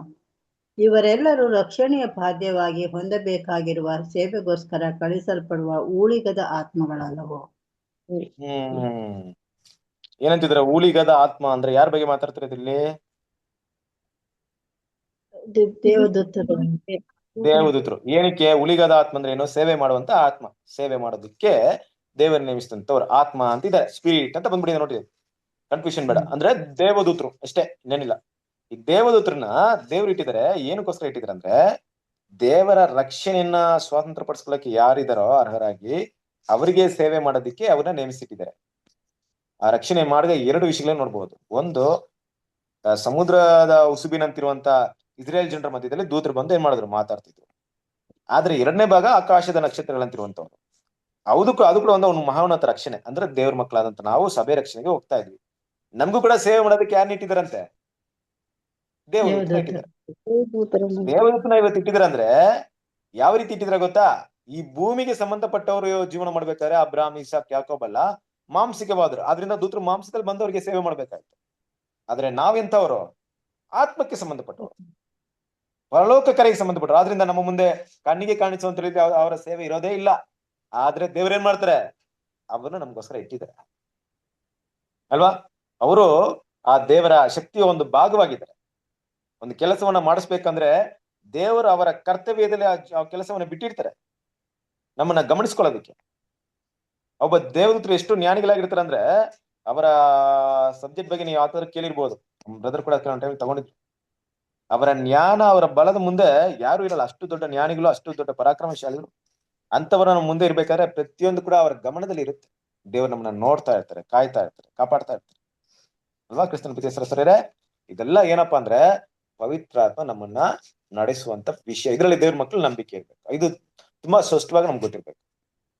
ಇಲ್ಲಿ ಮುಖ್ಯವಾಗಿ ಇನ್ನೊಂದು ಮುಖ್ಯವಾದ ಭಾಗವನ್ನ ನಾವು ಮಾತಾಡಿ ಒಂದು ಪಾಠವನ್ನು ಮುಗಿಸೋಣ. ಏನಪ್ಪಾ ಅಂದ್ರೆ, ಈ ವಿಷಯನ ಏನ್ ಮಾತಾಡ್ತಾ ಇದೀನಿ ಅಂದ್ರೆ, ತುಂಬಾ ಜನರಿಗೆ ಇರುವಂತ ಒಂದು ವಿಷಯ, ಒಂದು ಗೊಂದಲದ ಸಮಸ್ಯೆ ಏನಪ್ಪಾ ಅಂದ್ರೆ, ಒಡಂಬಡಿಕೆ ಮಾಡ್ಕೊಂಡ್ಮೇಲೆ ಅವ್ರು ಏನ್ ತಿಳ್ಕೊಂಡಿರ್ತಾರೆ ಅಂದ್ರೆ, ಇನ್ಮೇಲೆ ನಾವು ಈ ಸ್ಥಾನವನ್ನ ಮಿಸ್ ಮಾಡ್ಕೊಳ್ಳಲ್ಲ, ನಾವು ಹೆಂಗಿದ್ರು ಕ್ರಿಸ್ತನ ಮಕ್ಕಳಾಗಿ ಮಾರ್ಪಡ್ತೀವಿ ಅಂತ. ಅಂದ್ರೆ ದೇವ್ರು ನನ್ನ ಮಗನಾಗಿ ಕರೆದು ಬಿಟ್ಟಿದ್ದಾರೆ, ನಾನು ಯಾವತ್ತಿಗೂ ಮಗನೇ. ಇಲ್ಲಿ ಗಮನಿಸ್ಬೇಕಾದ ವಿಷಯ ಏನ್ ಗೊತ್ತಾ? ಮಗನ ಭಾವನ ನನ್ಗೆ ಕೊಟ್ಬಿಟ್ಟಿದ್ದಾರೆ. ಮಗನ ಭಾವನ ಕೊಟ್ಟಿದ್ದು ಏನಕ್ಕಪ್ಪ ಅಂದ್ರೆ, ಅಪ್ಪ ತಂದೆ ಅಂತ ನಾನು ಬಾಯಿ ತುಂಬಾ ಕರೆಯೋದೇನಪ್ಪ ಅಂದ್ರೆ, ಆ ಕೊಟ್ಟಿರುವಂತ ಭಾವಕ್ಕೆ ಯೋಗ್ಯನಾಗಿ ನಾನು ನನ್ನನ್ನ ಮಾರ್ಪಡಿಸ್ಕೊಬೇಕು. ನನ್ನನ್ನ ದೇವ್ರ ಏನ್ ಮಾಡ್ಬಿಟ್ಟಿದ್ದಾರೆ, ಮಗನೇ ಅಂತ ಕರೆದು ಬಿಟ್ಟಿದ್ದಾರೆ. ಅಂದ್ರೆ ನಾನು ಅವ್ರನ್ನ ಅಪ್ಪ ಅಂತ ಕರೆಯುವಂತ ಗುಣಗಳ ಏನ್ ಮಾಡ್ಕೊಬೇಕು, ನನ್ನಲ್ಲಿ ಬೆಳೆಸ್ಕೊ. ಇಲ್ಲದಿದ್ರೆ ನಾನು ದೇವರಿಗೆ ದ್ರೋಹ ಮಾಡ್ದಾಗಿರುತ್ತೆ. ಯಾಕಂದ್ರೆ ನಾನು ಅಷ್ಟು ನಂಬಿಕೆ ನನ್ನ ಮಗನೇ ಅಂತ ಕರೆದು ಬಿಟ್ಟಿದ್ದೆ. ನನ್ನ ಮಗನ್ ತರ ನಿನ್ನ ನೋಡಿದ್ದೀನಿ. ಆದ್ರೆ ನೀನ್ ನನ್ನ ಯಾವ ತರ ನೋಡಿದ್ಯಾ? ಒಬ್ಬ ತಂದೆ ತರ ನೋಡ್ದಾ? ಒಬ್ಬ ತಂದೆ ಕೊಡುವಂತ ಗಣವನ್ನ ಕೊಟ್ಟ? ಒಬ್ಬ ತಂದೆ ಕೊಡುವಂತ ರೆಸ್ಪೆಕ್ಟ್ ನ ಕೊಟ್ಟ? ನನಗೆ ಅಷ್ಟು ಮಾತ್ರ ಒಳ್ಳೆದ, ನನ್ನ ಆತ್ಮವನ್ನ, ಪವಿತ್ರ ಆತ್ಮ ಕೂಡ ನಿಂಗೆ ಕೊಟ್ಟಿದ್ದೆ. ನೀನು ನಡೆಸ್ತಾ ಬಂದೆ, ಕಾಯ್ತಾ ಬಂದೆ. ಆದ್ರೆ ಆ ಪವಿತ್ರಾತ್ಮ ಅನುಸಾರವಾಗಿ ನೀನ್ ನಡೆದ? ಈ ರೀತಿ ವಿಷಯಗಳು ಬಂದಾಗ ಒಂದ್ ವೇಳೆ ಇದು ನನ್ನ ಆತ್ಮದಲ್ಲಿ ಈ ಸಾಕ್ಷಿ ಹೆಂಗಿದೆ ಅಂತ ನಾನೇ ಕೇಳ್ಕೊಬೇಕು. ನಿಜವಾಗ್ಲೂ ದೇವ್ರು ಕೊಡುವಂತ ಮಗನ ಆತ್ಮದ ಅನುಗುಣವಾಗಿ ನಾನು ನಡ್ಕೊಳ್ತಾ ಇದ್ದೀನಾ? ಕ್ರಿಸ್ತನ ಆತ್ಮವನ್ನೇ ನನ್ನಲ್ಲಿ ಕಾಣಿಸ್ಕೊಳ್ತಾ ಇದೆಯಾ? ದೇವ್ರು ತನ್ನ ಮಗನಾಗಿರಕ್ ನನ್ನ ಕರೆದಿದ್ಮೇಲೆ ಆ ಮಗನಿಗೆ ಸಂಬಂಧಪಟ್ಟಂತ ಗುಣಲಕ್ಷಣ ನನ್ನಲ್ಲಿ ಬೆಳೆಸ್ಕೊಳ್ತಾ ಇದ್ದೀನಾ ಇಲ್ವಾ? ದೇವ್ರ ಆ ಆತ್ಮನಲ್ಲಿ ಸಾಕ್ಷಿ ಕೊಡ್ತಾ ಇರತ್ತೆ. ಯಾವ ರೀತಿ? ಇಲ್ಲಪ್ಪ, ನೀನು ಏನೋ ನಿನ್ನಲ್ಲಿ ಆ ಮಗನ ಗುಣಗಳನ್ನ ಬೆಳೆಸ್ಕೊಳ್ತಾ ಇಲ್ಲ, ನೀನು ಅದನ್ನ ಬರ್ತಾ ಬರ್ತಾ ಕಲ್ಕೊಳ್ತಾ ಇದೀಯಾ ನೋಡು. ಅದು ನಿನ್ನ ಬಿಟ್ಟು ಒಟ್ಟೋದ್ರೂ ಒಟ್ಟೋಗ್ಬಿಡುತ್ತೆ. ಪವಿತ್ರಾತ್ಮನ ಅಸಡ್ಡೆ ಮಾಡ್ತಾ ಇದೀಯ ನೀನು ದೇವರ ಆತ್ಮವನ್ನ ಏನ್ ಮಾಡ್ತಾ ಇದೀಯಾ? ಅದರ ಆಲೋಚನೆಗಳನ್ನ, ಅದನ್ನ ಗೈಡೆನ್ಸ್ ನ ನಿರಾಕರಿಸ್ತಾ ಇದೀಯಾ. ಈ ಸಾಕ್ಷಿ ಕೂಡ ನನ್ನ ಹೃದಯದಲ್ಲಿ ಬರುತ್ತೆ ಕ್ರಿಸ್ತನ ಪ್ರೀತಿಸರೇ, ಇದು ಕೂಡ ನನ್ಗೆ ಬರುತ್ತೆ. ಅದು ಕೂಡ ತಂದೆ ನನ್ನ ಗದರಿಸುವಂತ ರೀತಿಯಲ್ಲಿ ಇರುತ್ತೆ. ಮಗನೇ, ಈ ರೀತಿ ಮಾಡ್ಬೇಡ, ನಾನು ನಮ್ಮ ಮಗನ ಕಳೆದು ಬಿಟ್ಟಿದೀನಿ, ನೀನು ಅದನ್ನ ಬಿಟ್ಟು ಈಚೆ ಬಾ, ಇಲ್ಲಂತಿದ್ರೆ ನಾನು ನಿನ್ನ ಮಗನ ಕರೆಯಕ್ಕೆ ನೀನು ಯೋಗ್ಯನಾಗಿರಲ್ಲ. ನೀನು ತಂದೆ ಅಂತ ಕರೆಯುವಂತ ಅವಕಾಶನ ಕಳ್ಕೊಂಡ್ಬಿಡ್ತೀಯ. ನನ್ನ ತಂದೆ ಅಂತ ಕಳ್ಕೊಳ್ಳುವಂತ ಮಗನ ಭಾವನ ಆತ್ಮವನ್ನು ನಿನ್ನಿಂದ ತೆಗೆದು ಬಿಡ್ತೀನಿ. ಈ ರೀತಿ ಎಲ್ಲ ನನ್ನ ಹೃದಯದಲ್ಲಿ ಮಾತಾಡ್ತಾ ಇರುತ್ತೆ. ಅದೇ ದೇವರ ಆತ್ಮ ಮಾತಾಡ್ತಾ ಇರುತ್ತೆ ಕ್ರಿಸ್ತನ ಪ್ರೀತಿಸರೇ. ಅದು ಮಾತಾಡ್ತಾ ಇರ್ಬೇಕಾದ್ರೆ ನಾನ್ ಪಾಡಿಗೆ ನಾನು ಮಾಡದೇ ಮಾಡ್ಕೊಳ್ತಾ ಇರ್ಬೇಕಾದ್ರೆ ಏನಾಗಬಹುದು? ಖಂಡಿತವಾಗ್ಲು ದೇವರ ಪವಿತ್ರಾತ್ಮ ನಮ್ಮಿಂದ ಕಲ್ಕೊಳ್ಳಕ್ಕೆ ಸಾಧ್ಯತೆನೂ ಇದೆ. ಆ ಮಗ ಅನ್ನೋಂಥ ವಿಷಯ ಕೂಡ ಕಲ್ಕೊಳ್ಳಕ್ಕೂ ಸಾಧ್ಯತೆ ಇದೆ. ನಮ್ಮ ಹೃದಯದಲ್ಲಿ ಈ ಪವಿತ್ರಾತ್ಮನ ಸಾಕ್ಷಿ ಯಾವಾಗ್ಲೂ ಇರ್ಬೇಕು. ಎಂತ ಸಾಕ್ಷಿ ಇರ್ಬೇಕು? ಇವತ್ತು ಕೂಡ ನಾನು ದೇವರ ಮಗನಾಗಿ ಉಳ್ಕೊಂಡಿದ್ದೀನಿ, ಇವತ್ತು ಕೂಡ ದೇವರ ಮಗನಾಗಿ ಉಳ್ಕೊಳ್ಳುವಂತ ಗುಣಗಳನ್ನೇ ಮಾಡ್ಕೊಂಡಿದ್ದೀನಿ, ನಾನು ಇನ್ನು ಕೂಡ ಅಧಿಕವಾಗಿ ದೇವರ ಮಗನಾಗಿರುವಂತಹ ಗುಣಗಳನ್ನ ಮುಂದುವರಿಸ್ತೀನಿ ಅನ್ನೋ ವಿಟ್ನೆಸ್ ನನ್ನ ಹೃದಯದಲ್ಲಿ ಯಾವಾಗ್ಲೂ ಮಾತಾಡ್ತಾನೆ ಇರ್ಬೇಕಾ? ತುಂಬಾ ಸ್ಪಷ್ಟವಾಗಿರುತ್ತೆ ಅದು. ಆ ಸಿಗ್ನಲ್ ಗ್ರೀನ್ ಸಿಗ್ನಲ್ ಆಗಿ ಯಾವಾಗ್ಲೂ ಇರ್ಬೇಕು. ಆತ್ಮಸಾಕ್ಷಿ ಅನ್ನೋದು ಒಂದು ಟ್ರಾಫಿಕ್ ಅಲ್ಲಿರುವಂತಹ ಸಿಗ್ನಲ್ ತರ, ದೇವರಿಗೂ ನಮಗಿರುವಂತ ಒಡನಾಟದಲ್ಲಿ ಯಾವಾಗ್ಲೂ ಕೂಡ ಗ್ರೀನ್ ಸಿಗ್ನಲ್ ಆಗಿರ್ಬೇಕು. ರೆಡ್ ಸಿಗ್ನಲ್ ಬಂತು, ಅಪಾಯದ ಮುನ್ಸೂಚನೆ. ದೇವ್ರ ಮಕ್ಳು ಏನಾಗ್ಬೇಕು? ತಕ್ಷಣ ಇದನ್ನ ಗುರುತಿಸಿ, ಯಾವ ವಿಷಯ ನಾನು ದೇವರ ಮಗನಾಗಿರುವಂತ ಆ ಗುಣದಿಂದ ಸಪರೇಟ್ ಮಾಡ್ತಾ ಇದೆ, ದೇವರೇ ನನಗೆ ಆಲೋಚನೆ ಕೊಡಿ ಅಂತ ಹೇಳಿದಾಗ ಆ ಆಲೋಚನೆನ ದೇವ್ರು ಯಾರ ಮೂಲಕ ಕೊಡ್ತಾರೆ? ಪವಿತ್ರಾತ್ಮದ ಮೂಲಕವೇ ಕೊಡ್ತಾರೆ ಅಲ್ವಾ? ಕ್ರಿಸ್ತನ ಪ್ರೀತಿ ಸರಸರವೇ, ಎಲ್ಲ ಕೂಡ ದೇವ್ರು ನಡ್ಸೋದೇ ಇದೇ ಆತ್ಮದ ಮೂಲಕ. ನೋಡ್ರಿ ಹೆಂಗಿದೆ ದೇವ್ರ ಆತ್ಮ ನಮ್ಗೆ. ಅದನ್ನ ಸ್ಪೆಷಾಲಿಟಿ ನೀವು ಅರ್ಥ ಮಾಡ್ಕೊಂಡ್ಬಿಟ್ರೆ ಒಂದ್ಸರಿ ನೀವು ಅದರ ವಿಷಯಗಳನ್ನ, ವೈಶಿಷ್ಟ್ಯತೆನ ನೀವು ಅರ್ಥ ಮಾಡ್ಕೊಳ್ಳಕ್ಕೆ ದೇವರು ನಿಮ್ಮ ಜ್ಞಾನ ಉಳ್ಳಂತ ಒಂದು ಹೃದಯವನ್ನ, ಮನೋನೇತ್ರವನ್ನ ಕೊಟ್ಟಿದ್ದೇ ಆದ್ರೆ ಅದರ ನಡೆಸುವಿಕೆ, ಅದರ ಕಾರ್ಯಗತ ನಮ್ಮಲ್ಲಿ ಹೇಗೆ ದೇವ್ರು ನಡೆಸ್ತಾ ಇದಾರೆ, ಮಾಡ್ತಾ ಇದಾರೆ ಅಂತ ತಿಳ್ಕೊಂಡ್ರೆ ದಿಗ್ಭ್ರಮೆಗೊಳ್ತೀವಿ ನಾವು. ಗಮನಿಸಿ ನೋಡಕ್ಕೆ ಪ್ರಯತ್ನ ಪಡಿ. ದೇವ್ರು ನಮ್ಮನ್ನ ನಡೆಸ್ಕೊಳ್ಳೋಂತ ರೀತಿ ತುಂಬಾ ಜನರು ಹಿಂಗೆ ಅಂದ್ಕೊಳ್ಳೋದು ಅಲ್ವಾ? ಏನ್ ದೇವ್ರು ಎಲ್ಲ ಇದಾರೆ, ನಾನ್ ವಾಕ್ಯ ಓದ್ತಾ ಇದೀನಿ, ನಾನ್ ಸ್ಟಡಿ ಮಾಡ್ತಾ ಇದೀನಿ, ರಬ್ಬನ್ ಕ್ಲಾಸ್ ತೆಗಿತಾರ, ಅದನ್ನ ಮೈಂಡ್ ಇಟ್ಕೊಳ್ತಾರೆ, ಹಂಗೆ ಹೋಗ್ತಾ ಇದೀನಿ ಅಂದ್ಬಿಟ್ಟು ಅಲ್ವಾ? ಸಹಸ್ರ ಈ ಪ್ರಪಂಚ ಸೈತಾನ್ದು, ಸುತ್ತುವರಿಯಲ್ಪಟ್ಟರು ಆತನ ಸೈತಾನ ದೂತರು ಇರುವಂತ ಲೋಕವೆಲ್ಲ ಆತನ ಕಂಟ್ರೋಲ್ ಇದೆ. ಅದ್ರ ಮಧ್ಯದಲ್ಲಿ ದೇವ್ರ ಮಕ್ಕಳು ಒಳ್ಳೇದಾಗಿ ನಡೆಯೋದಕ್ಕೆ ಬಿಟ್ಬಿಡ್ತಾನ? ದೇವರ ಕಾವಲಿಲ್ದೆ, ದೇವರ ಕೃಪೆ ಇಲ್ದೆ, ದೇವರ ನಡೆಸುವಿಕೆ ಇಲ್ದೆ, ದೇವರ ಆತ್ಮವಿಲ್ದೆ, ದೇವರ ದೂತರ ಕಾಯುವಿಕೆ ಇಲ್ದೆ ಆಗ್ಬಿಡುತ್ತಾ? ಎಲ್ಲ ಕ್ರಿಸ್ತನ ಪ್ರೀತಿಯ ಸರ್, ನಮಗಿರುವಂತ ಪ್ರೊಟೆಕ್ಷನ್ ಇದೆಯಲ್ಲ, ಆತರ ಪ್ರೊಟೆಕ್ಷನ್. ಯಾಕಂದ್ರೆ ನಾವು ಮಗನ ಭಾವನೆ ಅಂದ್ಕೊಂಡಿದ್ವಿ. ಅದರಿಂದ ಈ ಆತ್ಮ ಸಾಕ್ಷಿನ ದೇವ್ರ ಮಕ್ಕಳು ಯಾವಾಗ್ಲೂ ಕೂಡ ಕಾಪಾಡ್ಕೊಳ್ಳೋದು ತುಂಬಾನೇ ಮುಖ್ಯವಾಗಿದೆ. ನಾವು ಅದನ್ನ ಯಾವುದೇ ರೀತಿಯಲ್ಲಿ ಅದನ್ನ ಕಲ್ಕೊಂಬಾರ್ದು. ಅದಕ್ಕೆ ಮುಂದಿನ ವಾಕ್ಯ ನೋಡ್ಬೇಕಾದ್ರೆ, ಓಕೆ, ಆ ವಾಕ್ಯವನ್ನು ಓದ್ವಿ, ನಾವು ಅದನ್ನ ಸ್ಟಡಿ ಮಾಡೋದ್ ಬೇಡ. ರೋಮಪುರದ 8ನೇ ಅಧ್ಯಾಯ 17ನೇ ವಾಕ್ಯ. ಮಕ್ಕಳಾಗಿದ್ದರೆ ಬಾಧ್ಯರಾಗಿದ್ದೇವೆ, ದೇವರಿಗೆ ಬಾಧ್ಯರು, ಕ್ರಿಸ್ತನೊಂದಿಗೆ ಬಾಧ್ಯರು. ಹೇಗೆಂದರೆ ಕ್ರಿಸ್ತನಿಗೆ ಸಂಭವಿಸಿದ ಬಾಧೆಗಳಲ್ಲಿ ನಾವು ಪಾಲುಗಾರರಾಗುವುದಾದರೆ ಆತನ ಮಹಿಮೆಯಲ್ಲಿ ಪಾಲುಗಾರರಾಗುವೆವು. ನೋಡ್ರಿ, ಅಪೊಸ್ತಲ ಪೌಲನ ಬರಹ ಇದೆಯಲ್ಲ, ಈ ಬರಹ ನಿಮ್ಮ ಹೃದಯ ಅದನ್ನ ಹೇಳುತ್ತೆ. ಏನಪ್ಪಾ ಅಂದ್ರೆ, ಈ ಬರಹ ಖಂಡಿತವಾಗ್ಲೂ ದೇವರ ಆತ್ಮದ ಮೂಲಕ ಬರೆಯಲ್ಪಟ್ಟಂತ ದೇವರ ಮಾತುಗಳು. ಕರೆಕ್ಟಾ? ನಮ್ಮ ಹೃದಯದಲ್ಲಿ ಆ ವಿಟ್ನೆಸ್ ನಮ್ಗೆ ಬರುತ್ತೆ. ಯಾಕಂದ್ರೆ ದೇವರ ಆತ್ಮವಿಲ್ಲದೆ ಇಂತಹ ಒಂದು ಮಾತುಗಳನ್ನ ಯಾರಿಂದಲೂ ಬರೆಯಕ್ಕಾಗಲ್ಲ. ಎಂತಹ ಒಂದು ಮಾತು ನೋಡ್ರಿ ನಮ್ಮ ಹೃದಯದಲ್ಲಿ ಇದು. ನೀವು ನೋಡ್ರಿ, ದೇವ್ರ ಮಕ್ಳು ಕೆಲವೊಂದು ಟೈಮಲ್ಲಿ ನೀವ್ ಏನೋ ಒಂದು ಟಾಪಿಕ್ ನ ತಗೊಂಡು ಸ್ಟಡಿ ಮಾಡ್ರಿ, ಕೆಲವೊಂದು ಟೈಮಲ್ಲಿ ಹೆಂಗ್ ಅನ್ಸುತ್ತೆ ನಿಮ್ ಹೃದಯದಲ್ಲಿ ಅಂದ್ರೆ, ಇದು ಟಾಪಿಕ್ ಸರಿ ಇಲ್ಲ, ಇದು ಅನ್ವಾಂಟೆಡ್, ಇದು ದೇವ್ರ ವಿಷಯಕ್ಕೆ ಸಂಬಂಧಪಟ್ಟದಲ್ಲ ಇದು. ಜೊತೆಗೆ ಈ ಒಂದು ಟಾಪಿಕ್ ನನ್ನ ದೇವ್ರ ಹತ್ರ ನಡ್ಸಲ್ಲ, ಇದು ಕ್ಲೋಸ್ ಮಾಡೋ, ಇದು ಬೇಡ ಇದು ಅಂತ ಏನ್ ಮಾಡುತ್ತೆ, ಅದು ನಮ್ಮನ್ನ ನಿರಾಕರಿಸುತ್ತೆ. ಕೆಲವೊಂದು ಟಾಪಿಕ್ ನಾನು ಓದ್ದಾಗ ಹೆಂಗ್ ಅನ್ಸುತ್ತೆ ಅಂದ್ರೆ, ಅಯ್ಯೋ ಇಷ್ಟು ಚೆನ್ನಾಗಿದೆಯಲ್ಲಪ್ಪ, ದೇವ್ರ ವಾಕ್ಯಕ್ಕೆ ಸಂಬಂಧಪಟ್ಟಿದ್ದು, ಈ ವಾಕ್ಯ ತುಂಬಾ ಬೇಕಾಯ್ತು ನನಗೆ, ತುಂಬಾ ಬಲ ಕೊಡ್ತಾ ಇದೆ, ತುಂಬಾ ಸ್ಟ್ರೆಂತ್ ಕೊಡ್ತಾ ಇದೆ, ಯಾರು ಮಾತಾಡ್ತಿರೋದು, ಯಾರು ನನ್ ಗೈಡ್ ಮಾಡ್ತಾರೆ, ಇದೆಲ್ಲ ದೇವರ ಆತ್ಮ. ಗ್ರಹಿಸ್ಕೊಳ್ರಿ, ಇಲ್ಲದಿದ್ರೆ ಇದನ್ನ ನಾವು ಗ್ರಹಿಸ್ಕೊಳಕ್ ಆಗ್ತಾ ಇರಲಿಲ್ಲ. ಹಾಗಿರೋದ್ರಿಂದ ಈ ಒಂದು 8ನೇ ಅಧ್ಯಾಯ 17ನೇ ವಾಕ್ಯ ಕೂಡ ಏನ್ ಮಾಡೋಣ, ನಾವು ಇನ್ನೂ ಸ್ಪಷ್ಟವಾಗಿ ಸ್ಟಡಿ ಮಾಡಕ್ಕೆ ನಾವು ಪ್ರಯತ್ನ ಪಡೋಣ. ಆದ್ರೆ ಈ ಪಾಯಿಂಟ್ ನ ಮನಸ್ಸಲ್ಲಿ ಇಟ್ಕೊಳ್ಳೋಣ, ನಾವು ದೇವರ ಮಕ್ಕಳಾಗಿವೆ ಎಂಬುದಕ್ಕೆ ಪವಿತ್ರ ಆತ್ಮ ನಮ್ಮಲ್ಲಿ ಇದ್ದಾರೆ. ಅವ್ರು ಏನ್ ಮಾಡಿದಾರೆ, ನಮ್ಮ ಹೃದಯದಲ್ಲಿ ಸಾಕ್ಷಿ ಕೊಟ್ಟಿದ್ದಾರೆ. ಮುಂದೆ ಕೂಡ ನಮ್ಮನ್ನ ಏನ್ ಮಾಡ್ತಾರೆ, ಗೈಡ್ ಮಾಡ್ತಾರೆ, ನಡೆಸ್ತಾರೆ. ಮಗನಾಗೋದಕ್ಕೆ ಕಂಟಿನ್ಯೂ ಆಗಿ ಆ ಗುಣಗಳನ್ನ ಬೆಳೆಸೋದಕ್ಕೆ ಏನೆಲ್ಲ ಬೇಕೋ ದೇವರು ಆತನ ಆತ್ಮದ ಮೂಲಕವೇ ನಮ್ಮನ್ನ ನಡೆಸ್ಕೊಂಡು ಹೋಗ್ತಾರೆ. ಎರಡನೇದಾಗಿ, ನಮ್ಮ ಆತ್ಮ ಕ್ರಿಸ್ತನ ಸಾರೂಪ್ಯದಲ್ಲಿ ಬೆಳೆಯೋದಕ್ಕೆ ನಾವ್ ಯಾವಾಗಲೂ ಮುಂದುವರಿತಾ ಇರ್ಬೇಕು. ನಮ್ಮ ಆತ್ಮಸಾಕ್ಷಿ ಯಾವ ರೀತಿ ಇದೆ ಅಂತ ಪ್ರತಿ ಸರಿ ಟೆಸ್ಟ್ ಮಾಡ್ತಾ ಇರ್ಬೇಕು. ಅದು ಒಳ್ಳೆ ಮಾತನ್ನ ಹೇಳ್ತಾ ಇದೆ ನನ್ನ ಬಗ್ಗೆ, ನನಗೂ ದೇವರಿಗಿರುವಂತ ಒಡನಾಟದಲ್ಲಿ ಎಂಥ ಒಂದು ಮಾತನ್ನ ಹೇಳ್ತಿದೆ, ಅದನ್ನ ವಾಯ್ಸ್ ನ ಯಾವಾಗಲೂ ಕೇಳ್ಬೇಕು, ಕುತ್ಕೊಂಡು ಕೇಳ್ಬೇಕು. ಆತ್ಮಸಾಕ್ಷಿ ಏನಂತಿದೆ, ನಾನು ಏನ್ ಬೆಳೀತಾ ಇದ್ದೀನಿ, ನನ್ನ ದೇವ್ರ ವಾಕ್ಯವನ್ನ ಹೆಂಗ್ ಅರ್ಥ ಮಾಡ್ಕೊಳ್ತಾ ಇದ್ದೀನಿ, ನಿಜವಾಗ್ಲೂ ನಾನು ದೇವರಿಗೆ ವಾಕ್ಯಕ್ಕೆ ಪ್ರಾಮುಖ್ಯತೆ ಕೊಡ್ತಾ ಇದ್ದೀನ, ಗುಣಗಳಲ್ಲಿ ಬೆಳೆಸ್ಕೊಳ್ಳಕ್ಕೆ ತುಂಬಾ ಇಂಪಾರ್ಟೆನ್ಸ್ ಕೊಡ್ತಾ ಇದ್ದೀನ. ಈ ಆತ್ಮಸಾಕ್ಷಿನ ಯಾರು ಕೇಳಲ್ಲ ಕ್ರಿಸ್ತನ ಪ್ರೀತಿಸಿರೋರು. ಹೃದಯದ ಮಾತು ಅದನ್ನ ದೇವ್ರ ಮಕ್ಳು ಕೇಳ್ಬೇಕು ಅಲ್ವಾ? ಸೊ ಕೀರ್ತನೆ 33ನೇ ವಾಕ್ಯ ಓದ್ರಿ, ಮುಗಿಸ್ಬಿಡೋಣ.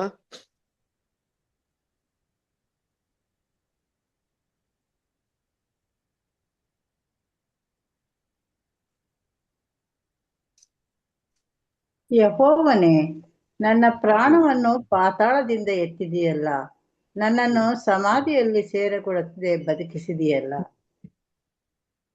ಓಕೆ ಅಲ್ವಾ? ಸೊ ಓಕೆ, ಇಲ್ಲಿ ಇನ್ನೊಂದು ವಾಕ್ಯ ಬರುತ್ತೆ. ಓಕೆ, ಅಂದ್ರೆ ದೇವ್ರು ನೋಡ್ರಿ ನಮ್ಮನ್ನ ಇಲ್ಲೆಲ್ಲ ಕಾಪಾಡ್ತಿದಾರೆ. ದೇವರ ವಿಷಯಗಳನ್ನ ಅರ್ಥ ಮಾಡ್ಕೊಬೇಕು. ನಮ್ಮನ್ನ ಏನ್ ಮಾಡ್ತಿದಾರೆ, ದೇವರ ಉದ್ದೇಶ ಏನಪ್ಪಾ ಅಂದ್ರೆ ಆ ಒಂದು 2ನೇ ಮರಣಕ್ಕೆ ನಾವು ಹೋಗದೆ ರೀತಿಯಲ್ಲಿ ಕ್ರಿಸ್ತನ ಸಾರ್ವದಲ್ಲಿ ಬೆಳಿಬೇಕನ್ನೋದೇ ದೇವರ ಒಂದು ಮುಖ್ಯವಾದಂತ ಉದ್ದೇಶ. ಆತನ ಪವಿತ್ರಾತ್ಮ ಅನುಗ್ರಹ ಇರ್ಬೋದು, ಕೃಪೆ ಇರ್ಬೋದು, ಎಲ್ಲ ಕೊಡಲ್ಪಡ್ತಾರದು ಆತನ ಮಗನ ಸಾರೂಪ್ಯದಲ್ಲಿ ನಾವು ಹೇಗಾದ್ರೂ ಬೆಳಿಬೇಕನ್ಬಿಟ್ಟೆ. ಪ್ರತಿ ಸರಿ ದೇವ್ರ ಮಕ್ಳು ಇದನ್ನ ಗ್ರಹಿಸ್ಕೊಂಡು ಈ ಮಗನ ಸಾರೂಪ್ಯದಲ್ಲಿ ಬೆಳೆಯೋದಕ್ಕೆ ದೇವರ ಆತ್ಮದ ಪ್ರೇರಣೆ ಎಲ್ಲೆಲ್ಲ ನಡೀತಾ ಇದೆ, ದೇವರ ವಾಕ್ಯದಲ್ಲಿ ಇರ್ಬೋದು, ಸಹೋದರ ಮಾತುಗಳಲ್ಲಿ ಇರ್ಬೋದು, ಅದನ್ನ ಗ್ರಹಿಸ್ಕೊಳ್ಳಕ್ಕೆ ಪ್ರಯತ್ನ ಪಡೋಣ. ಅದಕ್ಕೆ ಜಾಸ್ತಿ ಪ್ರಾಮುಖ್ಯತೆ ಕೊಡೋಕೆ ಪ್ರಯತ್ನ ಪಡೋಣ. ಯಾರು ದೇವರ ಮಗನಾಗಿ ನಡಿಬೇಕಂತ ಆಸೆ ಪಟ್ಟಿರ್ತಾರೋ ಅವ್ರಿಗೆ ತುಂಬಾ ಬೇಗ ಇದು ಕನೆಕ್ಟ್ ಆಗ್ಬಿಡುತ್ತೆ, ತುಂಬಾ ಈಸಿಯಾಗಿ. ದೇವ್ರ ಮಾತಂದ ಕಿವಿಯಲ್ಲಿ ತುಂಬಾ ಶಾರ್ಪ್ ಆಗಿ ಹೊಟ್ಟೋಗುತ್ತೆ.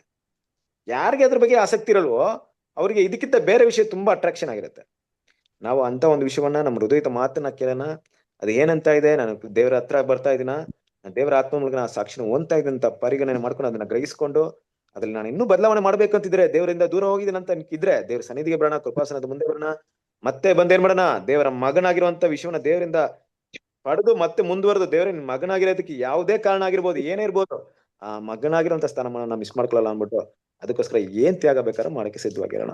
ಅದು ದೇವರ ಆತ್ಮದ ಪ್ರೇರಣೆ ಆಗಿರುತ್ತೆ. ಸೊ ದೇವರು ಇವತ್ತಿನ ಪಾಠವನ್ನ ಆಶೀರ್ವದಿಸಲಿ. ಬ್ರದರ್ ಹೇಳಿ.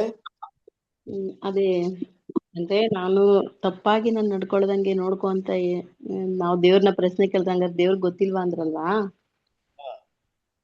ಆದ್ರೆ ದೇವ್ರ ಕೀರ್ತನೆ 139 ಇದ್ರಲ್ಲಿ ನಾನು ತಪ್ಪಾಗಿ ನಡ್ಕೊಳ್ದೆ ನೋಡ್ಕೊಳ್ಳಿ ಅಂತ ಪ್ರಶ್ನೆ ಕೇಳಿ ಅಂತ ಹೇಳಿಲ್ಲ. ಕೆಲವ್ರು ಏನಂತಾರೆ ಅಂದ್ರೆ, ನಮ್ಮ ಜೀವನದಲ್ಲಿ ಕೆಲವೊಂದು ಘಟನೆ ನಡೆದಿರುತ್ತೆ, ಅದನ್ನ ದೇವರಿಗೆ ರಿಪೋರ್ಟ್ ಮಾಡ್ತಾರೆ. ದೇವ್ರೆ ಈ ರೀತಿ ಆಗ್ಬಿಡ್ತೀವಿ, ನನ್ ಮಾಡ್ಬಿಟ್ರು, ಆ ರೀತಿ ಮಾಡ್ತಾ ಇದ್ರೆ ಅನ್ನೋ ರೀತಿಯಲ್ಲಿ, ದೇವರಿಗೆ ಗೊತ್ತಿಲ್ಲದ ರೀತಿಯಲ್ಲಿ ನೀವು ನೋಡ್ರಿ, ಆ ರೀತಿ ನಾನು ಅದ್ರ ಬಗ್ಗೆ ಮಾತಾಡುತ್ತೆ. ನನ್ನ ಜೀವನದಲ್ಲಿ ಕೆಲವೊಂದು ನಡೆದಿರುವಂತ ಘಟನೆಯನ್ನ ದೇವರಿಗೆ ತಿಳಿಸ್ಕೊಡೋದು, ಮಾಹಿತಿ ಕೊಡೋದು ಬೇಕಾಗಿಲ್ಲ. ದೇವರಿಗೆ ನಮ್ಮ ಬಗ್ಗೆ ಎಲ್ಲ ಗೊತ್ತಿದೆ ಅಲ್ವಾ? ಬದಲಾಗಿ ದೇವರಿಂದ ಏನ್ ಮಾಡೋಣ, ಕೃಪೆ ಕೇಳ್ಬೇಕು, ಬಲವನ್ನ ಕೇಳ್ಬೇಕು. ಈಗ ನೀವು ಕೇಳಿದ್ರಲ್ಲ, ಅದು ಖಂಡಿತ ಕೇಳ್ಬೋದು. ನನ್ನನ್ನ ಅಪೊಸ್ತಲರು ಇವರು ಕೀರ್ತನೆಗಾರನ ಹೇಳ್ತಾರಲ್ವಾ, ನನ್ನವನ್ನ ಏನ್ ಮಾಡೋದು, ನನ್ನ ಜ್ಞಾನ ನಿಮ್ಮ ತಿಳುವಳಿಕೆಯಲ್ಲಿ ನಡೆಯೋದಕ್ಕೆ ನನಗೆ ಬಲ ಕೊಡು, ಇನ್ನ ಪವಿತ್ರ ಆತ್ಮನ ನನ್ನಿಂದ ತೆಗಿಬೇಡ ಅಂತ ಹೇಳ್ತಾರಲ್ವಾ. ಅದ ಓದ್ರಿ 50ನೇ ಕೀರ್ತನೆ 5ನೇ ವಾಕ್ಯ ಓದ್ರಿ.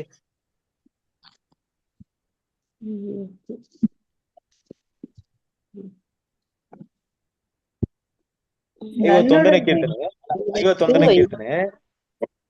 ಕೀರ್ತನೆ 1ರಿಂದ 5 ಓದಿ. ಪ್ರೀತಿ ಸ್ವರೂಪನಾದ ದೇವರೇ, ಓದಿ ಸಿಸ್ಟರ್. ಪ್ರೀತಿ ಸ್ವರೂಪನಾದ ದೇವರೇ, ನನ್ನನ್ನು ಕರುಣಿಸು. ಕರುಣಾನಿಧಿಯೇ, ನನ್ನ ದ್ರೋಹವನ್ನೆಲ್ಲ ಅಳಿಸಿಬಿಡು. ನನ್ನ ಪಾಪವನ್ನು ಸಂಪೂರ್ಣವಾಗಿ ತೊಳೆದು ಬಿಡು. ನನ್ನ ದೋಷವನ್ನು ಪರಿಹರಿಸಿ ನನ್ನನ್ನು ಶುದ್ಧಿಗೊಳಿಸು. ನಾನು ದ್ರೋಹಿ ಎಂದು ನಾನೇ ಒಪ್ಪಿಕೊಂಡಿದ್ದೇನೆ. ನನ್ನ ಪಾಪವು ಯಾವಾಗಲೂ ನನ್ನ ಮುಂದೆ ಇದೆ. ನಿನಗೆ ತಪ್ಪು ಮಾಡಿದ್ದೇನೆ. ನಿನ್ನ ದೃಷ್ಟಿಗೆ ಕೆಟ್ಟದ್ದಾಗಿರುವುದನ್ನೇ ಮಾಡಿದ್ದೇನೆ. ನಿನ್ನ ನಿರ್ಣಯ ನ್ಯಾಯವಾಗಿಯೂ ನಿನ್ನ ತೀರ್ಪು ನಿಷ್ಕಳಂಕವಾಗಿಯೂ ಇರುತ್ತದಲ್ಲ. ಹುಟ್ಟಂದಿನಿಂದ ನಾನು ಪಾಪಿಯೇ, ಮಾತೃ ಗರ್ಭವನ್ನು ಹೊಂದಿದ ದಿನದಿಂದ ದ್ರೋಹಿಯೇ. ಓಕೆ, 10ನೇ ವಾಕ್ಯ 11ನೇ ವಾಕ್ಯ. ದೇವರೇ, ನನ್ನಲ್ಲಿ ಶುದ್ಧ ಹೃದಯವನ್ನು ನಿರ್ಮಿಸು, ನನಗೆ ಸ್ಥಿರಚಿತ್ತವನ್ನು ಅನುಗ್ರಹಿಸಿ ನನ್ನನ್ನು ನೂತನಪಡಿಸು. ನಿನ್ನ ಸನ್ನಿಧಿಯಿಂದ ನನ್ನನ್ನು ತಳ್ಳಬೇಡ, ನಿನ್ನ ಪರಿಶುದ್ಧಾತ್ಮವನ್ನು ನನ್ನಿಂದ ತೆಗೆಯಬೇಡ. ಅಲ್ವಾ? ಕ್ರಿಸ್ತನ ಪ್ರೀತಿಯ ಸಹೋದರರೇ, ಇಂಥ ಒಂದು ದಿನ ಇದೆಯಲ್ಲ, ಇಂತಹ ದಿನ ಖಂಡಿತವಾಗ್ಲೂ ದೇವರ ಹತ್ರ ನಾವು ಮಾಡೋದು ಅವಶ್ಯಕತೆ ಇದೆ ಅಲ್ವಾ? ಖಂಡಿತ ನಾವು ಏನಾದ್ರೂ ಪಾಪಕ್ಕೆ ಒಳಗಾದಾಗ, ದೇವರಿಂದ ದೂರ ಆದಾಗ ಇಂತಹ ಒಂದು ಭಿನ್ನಗಳು ನಮ್ಮ ಹೃದಯದಿಂದ ಬಂದೇ ಬರುತ್ತೆ. ಪ್ರತಿಯೊಬ್ಬ ದೇವ್ರ ಮಕ್ಕಳ ಮನಸ್ಸಿನ ಮಾತು ಇದು. ಅದು ಬೇರೆ ಅಂದ್ರೆ ದೇವ್ರ ಹತ್ರ ಹೋಗಿ ಕೆಲವೊಂದು ಟೈಮಲ್ಲಿ ಅಲ್ವಾ, ಕೆಲವೊಂದು ಮಾಹಿತಿಗಳನ್ನ ತಿಳಿಸ್ಕೊಳ್ತು ಅಂತ. ಅಂದ್ರೆ ಲೋಕದಲ್ಲಿ ದೇವ್ರ ಮಕ್ಕಳು ಆ ರೀತಿ ಮಾಡಲ್ಲ, ರಿಪೋರ್ಟ್ ಮಾಡಲ್ಲ ದೇವರಿಗೆ. ನನ್ನ ಲೈಫಲ್ಲಿ ಈ ತರ ಮಾಡ್ಬಿಟ್ರು ದೇವ್ರ, ಆ ತರ ಮಾಡಿದ್ರು ಅವ್ರು, ನಾನು ಈ ತರ ಮಾಡಿದ್ದಕ್ಕೆ ಹಂಗ್ ಮಾಡ್ಬಿಟ್ರು ದೇವ್ರೆ, ಇದೆಲ್ಲ ನೋಡ್ ಅಂತ ರಿಪೋರ್ಟ್ ಮಾಡಲ್ಲ. ದೇವ್ರು ನನ್ನ ಜೀವನದಲ್ಲಿ ನಡೆದಿರೋಂಥ ವಿಷಯಗಳನ್ನ ಗಮನಿಸಿದ್ರ, ಆದ್ರೆ ಅದನ್ನ ಜಯಿಸಕ್ಕೆ ಬಳೆ ಕೊಟ್ರಿ ಅನ್ನುವಂತ ಮಾತಿರುತ್ತೆ. ಸಂತ ಮಿಸ್ಟರ್, ಅರ್ಥ ಆಯ್ತಾ? Okay okay, right. ಸೊ ಅಂತ ಒಂದು ಇದು ಯಾವಾಗ್ಲೂ ಕೂಡ ನಾವು ಮಾಡ್ಬೇಕು. ಅದನ್ನ ನಾನು ಏನಕ್ಕೆ ಕೇಳ್ತಾ ಇದ್ದೀನಿ, ದೇವ್ರು ನಮ್ಮನ್ನ ಗಮನದಲ್ಲಿ ಇಡ್ತಾ ಇದ್ದಾರೆ. ನಾವೇನೋ ಅವ್ರಿಗೆ ನಮ್ಮ ಜೀವನದಲ್ಲಿ ನಡೆದಿರೋಂಥ ವಿಷಯ ನೀವು ನೋಡಿಲ್ಲ, ಅದಕ್ಕೆ ನಿಮ್ಗೆ ರಿಪೋರ್ಟ್ ಕೊಡ್ತಾ ಇಲ್ಲ ಅಂತ ಹೇಳುವಂತ ಅವಶ್ಯಕತೆ ಇಲ್ಲ. ನಮ್ಮ ಎಲ್ಲಾ ವಿಷಯಗಳು ಅವ್ರಿಗೆ ಗೊತ್ತಿದೆ ಅಲ್ವಾ? ನಮ್ಮ ತಲೆಯಿರುವಂತ ಕೂದಲು ಕೂಡ ದೇವ್ರ ಅನುಮತಿ ಇಲ್ಲ ಬೀಳಲ್ಲ ಅಂತ ಹೇಳಿರ್ಬೇಕಾದ್ರೆ ಪ್ರತಿಯೊಂದು ಯಾರು ತಿಳಿದಿದೆ? ದೇವ್ರ ಗೊತ್ತಿದೆ. ಸೊ ಅದನ್ನ ಬಿಟ್ಟು ದೇವರಲ್ಲದೆ ಬಳ ಕೇಳೋಣ, ಆತನ ದಾರಿಯಲ್ಲಿ ನಡೆಯೋದಕ್ಕೆ ದೇವ್ರ ಹತ್ರ ಕೃಪೆ ಕೇಳೋಣ ಅಷ್ಟೇ. ಓಕೆ, ಸರಿ, ಥ್ಯಾಂಕ್ ಯು. ಇವತ್ತಿನ ರಾತ್ರಿ ಗೀತೆನ ಯಾರು ಓದ್ತೀರಾ?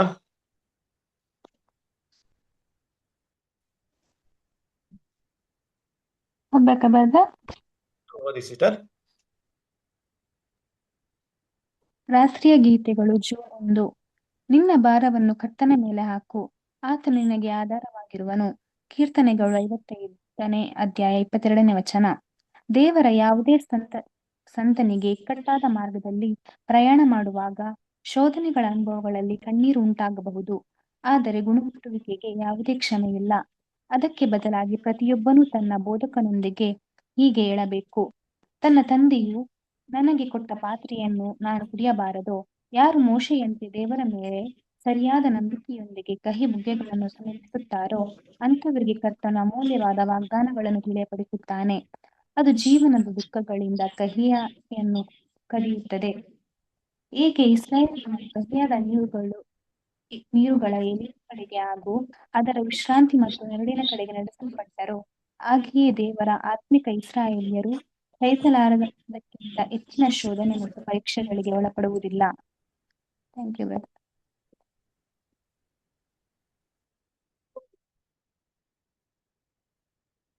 ಬ್ರಾಕೆಟ್ ಮಾಡಿ.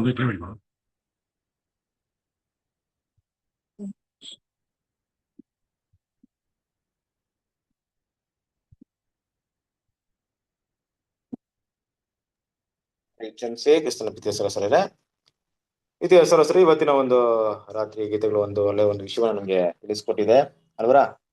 ನಮ್ಮ ಭಾರವನ್ನು ಯಾರ ಮೇಲೆ ಇಡ್ಬೇಕಂತಿದ್ರೆ? ಯೆಹೋವನ ಮೇಲೆ ಅಲ್ವಾ? ನಾವು ಇವತ್ತು ಓದಿದಂತ ವಿಷಯ ಕೂಡ ಹಂಗೆ ಇದೆ. ಅದರಿಂದ ವಿಷಯಗಳನ್ನ ಅರ್ಥ ಮಾಡ್ಕೊಳ್ಳೋಣ. ನಿನ್ನ ಭಾರವನ್ನು ಕರ್ತನ ಮೇಲೆ ಹಾಕು, ಆತನು ನಿನಗೆ ಆಧಾರವಾಗಿರುವನು. ದೇವರ ಮೇಲೆ ನಮ್ಮನ್ನ ಕಾಯುವರಾಗಿದ್ದಾರೆ, ಕಾಪಾಡುವರಾಗಿದ್ದಾರೆ ಅಲ್ವಾ? ಈ ಒಂದು ಇಕ್ಕಟ್ಟಾದ ದಾರಿ ನಡಿಬೇಕಾದ್ರೆ ಬರುವಂತ ಪ್ರತಿಯೊಂದು ಶೋಧನೆ ಕೂಡ ದೇವ್ರು ನಮ್ ಜೊತೆ ಇದ್ದಾರೆ. ದೇವ್ರು ಕೊಡುವಂತ ಪಾತ್ರೆಯಲ್ಲಿ ನಾವು ಕುಡಿಯಕ್ಕೆ ಯಾವಾಗ್ಲೂ ಸಿದ್ಧರಾಗಿರೋಣ. ನಮ್ಮ ಜೀವನದಲ್ಲಿ ಬರುವಂತ ಪ್ರತಿಯೊಂದು ವಿಷಯ ಕೂಡ ಯಾರಿಗ್ ಗೊತ್ತಿದೆ? ದೇವ್ರಿಗೆ ಗೊತ್ತಿದೆ ಅಲ್ವಾ? ಅಂತ ಭಾವನೆ ಇಟ್ಕೊಂಡು ದೇವರ ಆತ್ಮ ನಡೆಸಲ್ಪಡಕ್ಕೆ ನಾವು ಮುಂದುವರಿಯೋಣ. ಈ ಒಂದು ಕೀರ್ತನೆನ, ಈ ಒಂದು ರಾತ್ರಿ ಗೀತನ ಧ್ಯಾನ ಮಾಡ್ರಿ. ಜೂನ್ 1 ಆಯ್ತು, ನಮ್ಮ ಜೀವನದಲ್ಲಿ ಒಂದು 5 ತಿಂಗಳು ಮುಕ್ತಾಯವಾಯ್ತಲ್ಲ ಈ ವರ್ಷದಲ್ಲಿ. ನೋಡಿ, ಇರುವಂತ ಸ್ವಲ್ಪ ಸಮಯಗಳು ಕೂಡ ಇದೆ. ಅದರಿಂದ ಮುಂದೆ ಬರುವಂತ ವಿಷಯಗಳಲ್ಲಿ ದಿನಗಳಲ್ಲಾದ್ರೂ ಒಂದು ನಿರ್ಧಾರವನ್ನ ತಗೊಂಡು ದೇವರಿಗೋಸ್ಕರ ಹೆಚ್ಚಾಗಿ ದೇವರ ಸನ್ನಿಧಿಗೆ ಬರೋದಕ್ಕೆ ನಾವು ಪ್ರಯತ್ನ ಪಡೋಣ. ದೇವರು ನಿಮ್ಮೆಲ್ಲರನ್ನು ಆಶೀರ್ವದಿಸಲಿ. ಕೊನೆಯದಾಗಿ ಪ್ರಾರ್ಥನೆ ಮಾಡಿ ಈ ಕೂಟವನ್ನ ಅಂತ್ಯಕ್ಕೆ ತರೋಣ. ಓಕೆ, ಸಂತೋಷ್ ಬ್ರದರ್ ಪ್ರಾರ್ಥನೆ ಮಾಡ್ತೀರಾ?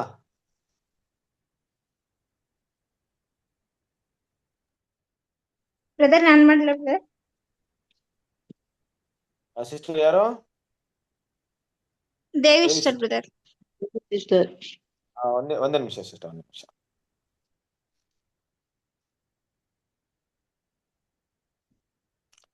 ಸರಿ ಸಿಸ್ಟರ್ ಮಾಡಿ, ದೇವಿ ಸಿಸ್ಟರ್ ಮಾಡಿ. ನಮ್ಮನ್ನು ಬಹಳವಾಗಿ ಪ್ರೀತಿಸುವಂತ ಪರಿಶುದ್ಧನಾದ ಪರಲೋಕದಲ್ಲಿರುವ ತಂದೆಯ ದೇವರೇ, ಅಪ್ಪ, ಈ ಒಂದು ರಾತ್ರಿಯ ವೇಳೆಯಲ್ಲಿ ಪ್ರಾರ್ಥನೆಯನ್ನು ಕೇಳುವಂತೆ ನಿಮ್ಮ ಕೃಪೆಯಿಂದ ನಮ್ಮನ್ನು ಕರೆತಂದ ದೇವರಾಗಿ ನಿಮ್ಗೆ ಕೃತಜ್ಞತೆ ವಂದನೆಯನ್ನು ಸಲ್ಲಿಸ್ತೀವಪ್ಪ. ತಂದೆಯ ದೇವರೇ, ಇನ್ನು ಹೆಚ್ಚಾಗಿ ನಮ್ಮನ್ನು ನಡೆಸಿರಿ. ನಿಮ್ಮ ಕೃಪೆಯಿಂದ ಇದೇ ರೀತಿ ನಾವು ಇನ್ನು ಹೆಚ್ಚಾಗಿ ವಾಕ್ಯವನ್ನು ಕೇಳುವಂತೆ ನಿಮ್ಮ ಕೃಪೆಯಿಂದ ನಮ್ಮನ್ನು ನಡೆಸಬೇಕಾಗಿ ಪ್ರಾರ್ಥಿಸ್ತಾ ಇದೀವಿ. ತಂದೆಯ ದೇವರೇ, ಇವತ್ತಿನ ವಾಕ್ಯವನ್ನು ಸಹ ಆಶೀರ್ವದಿಸಿದಿರಪ್ಪ.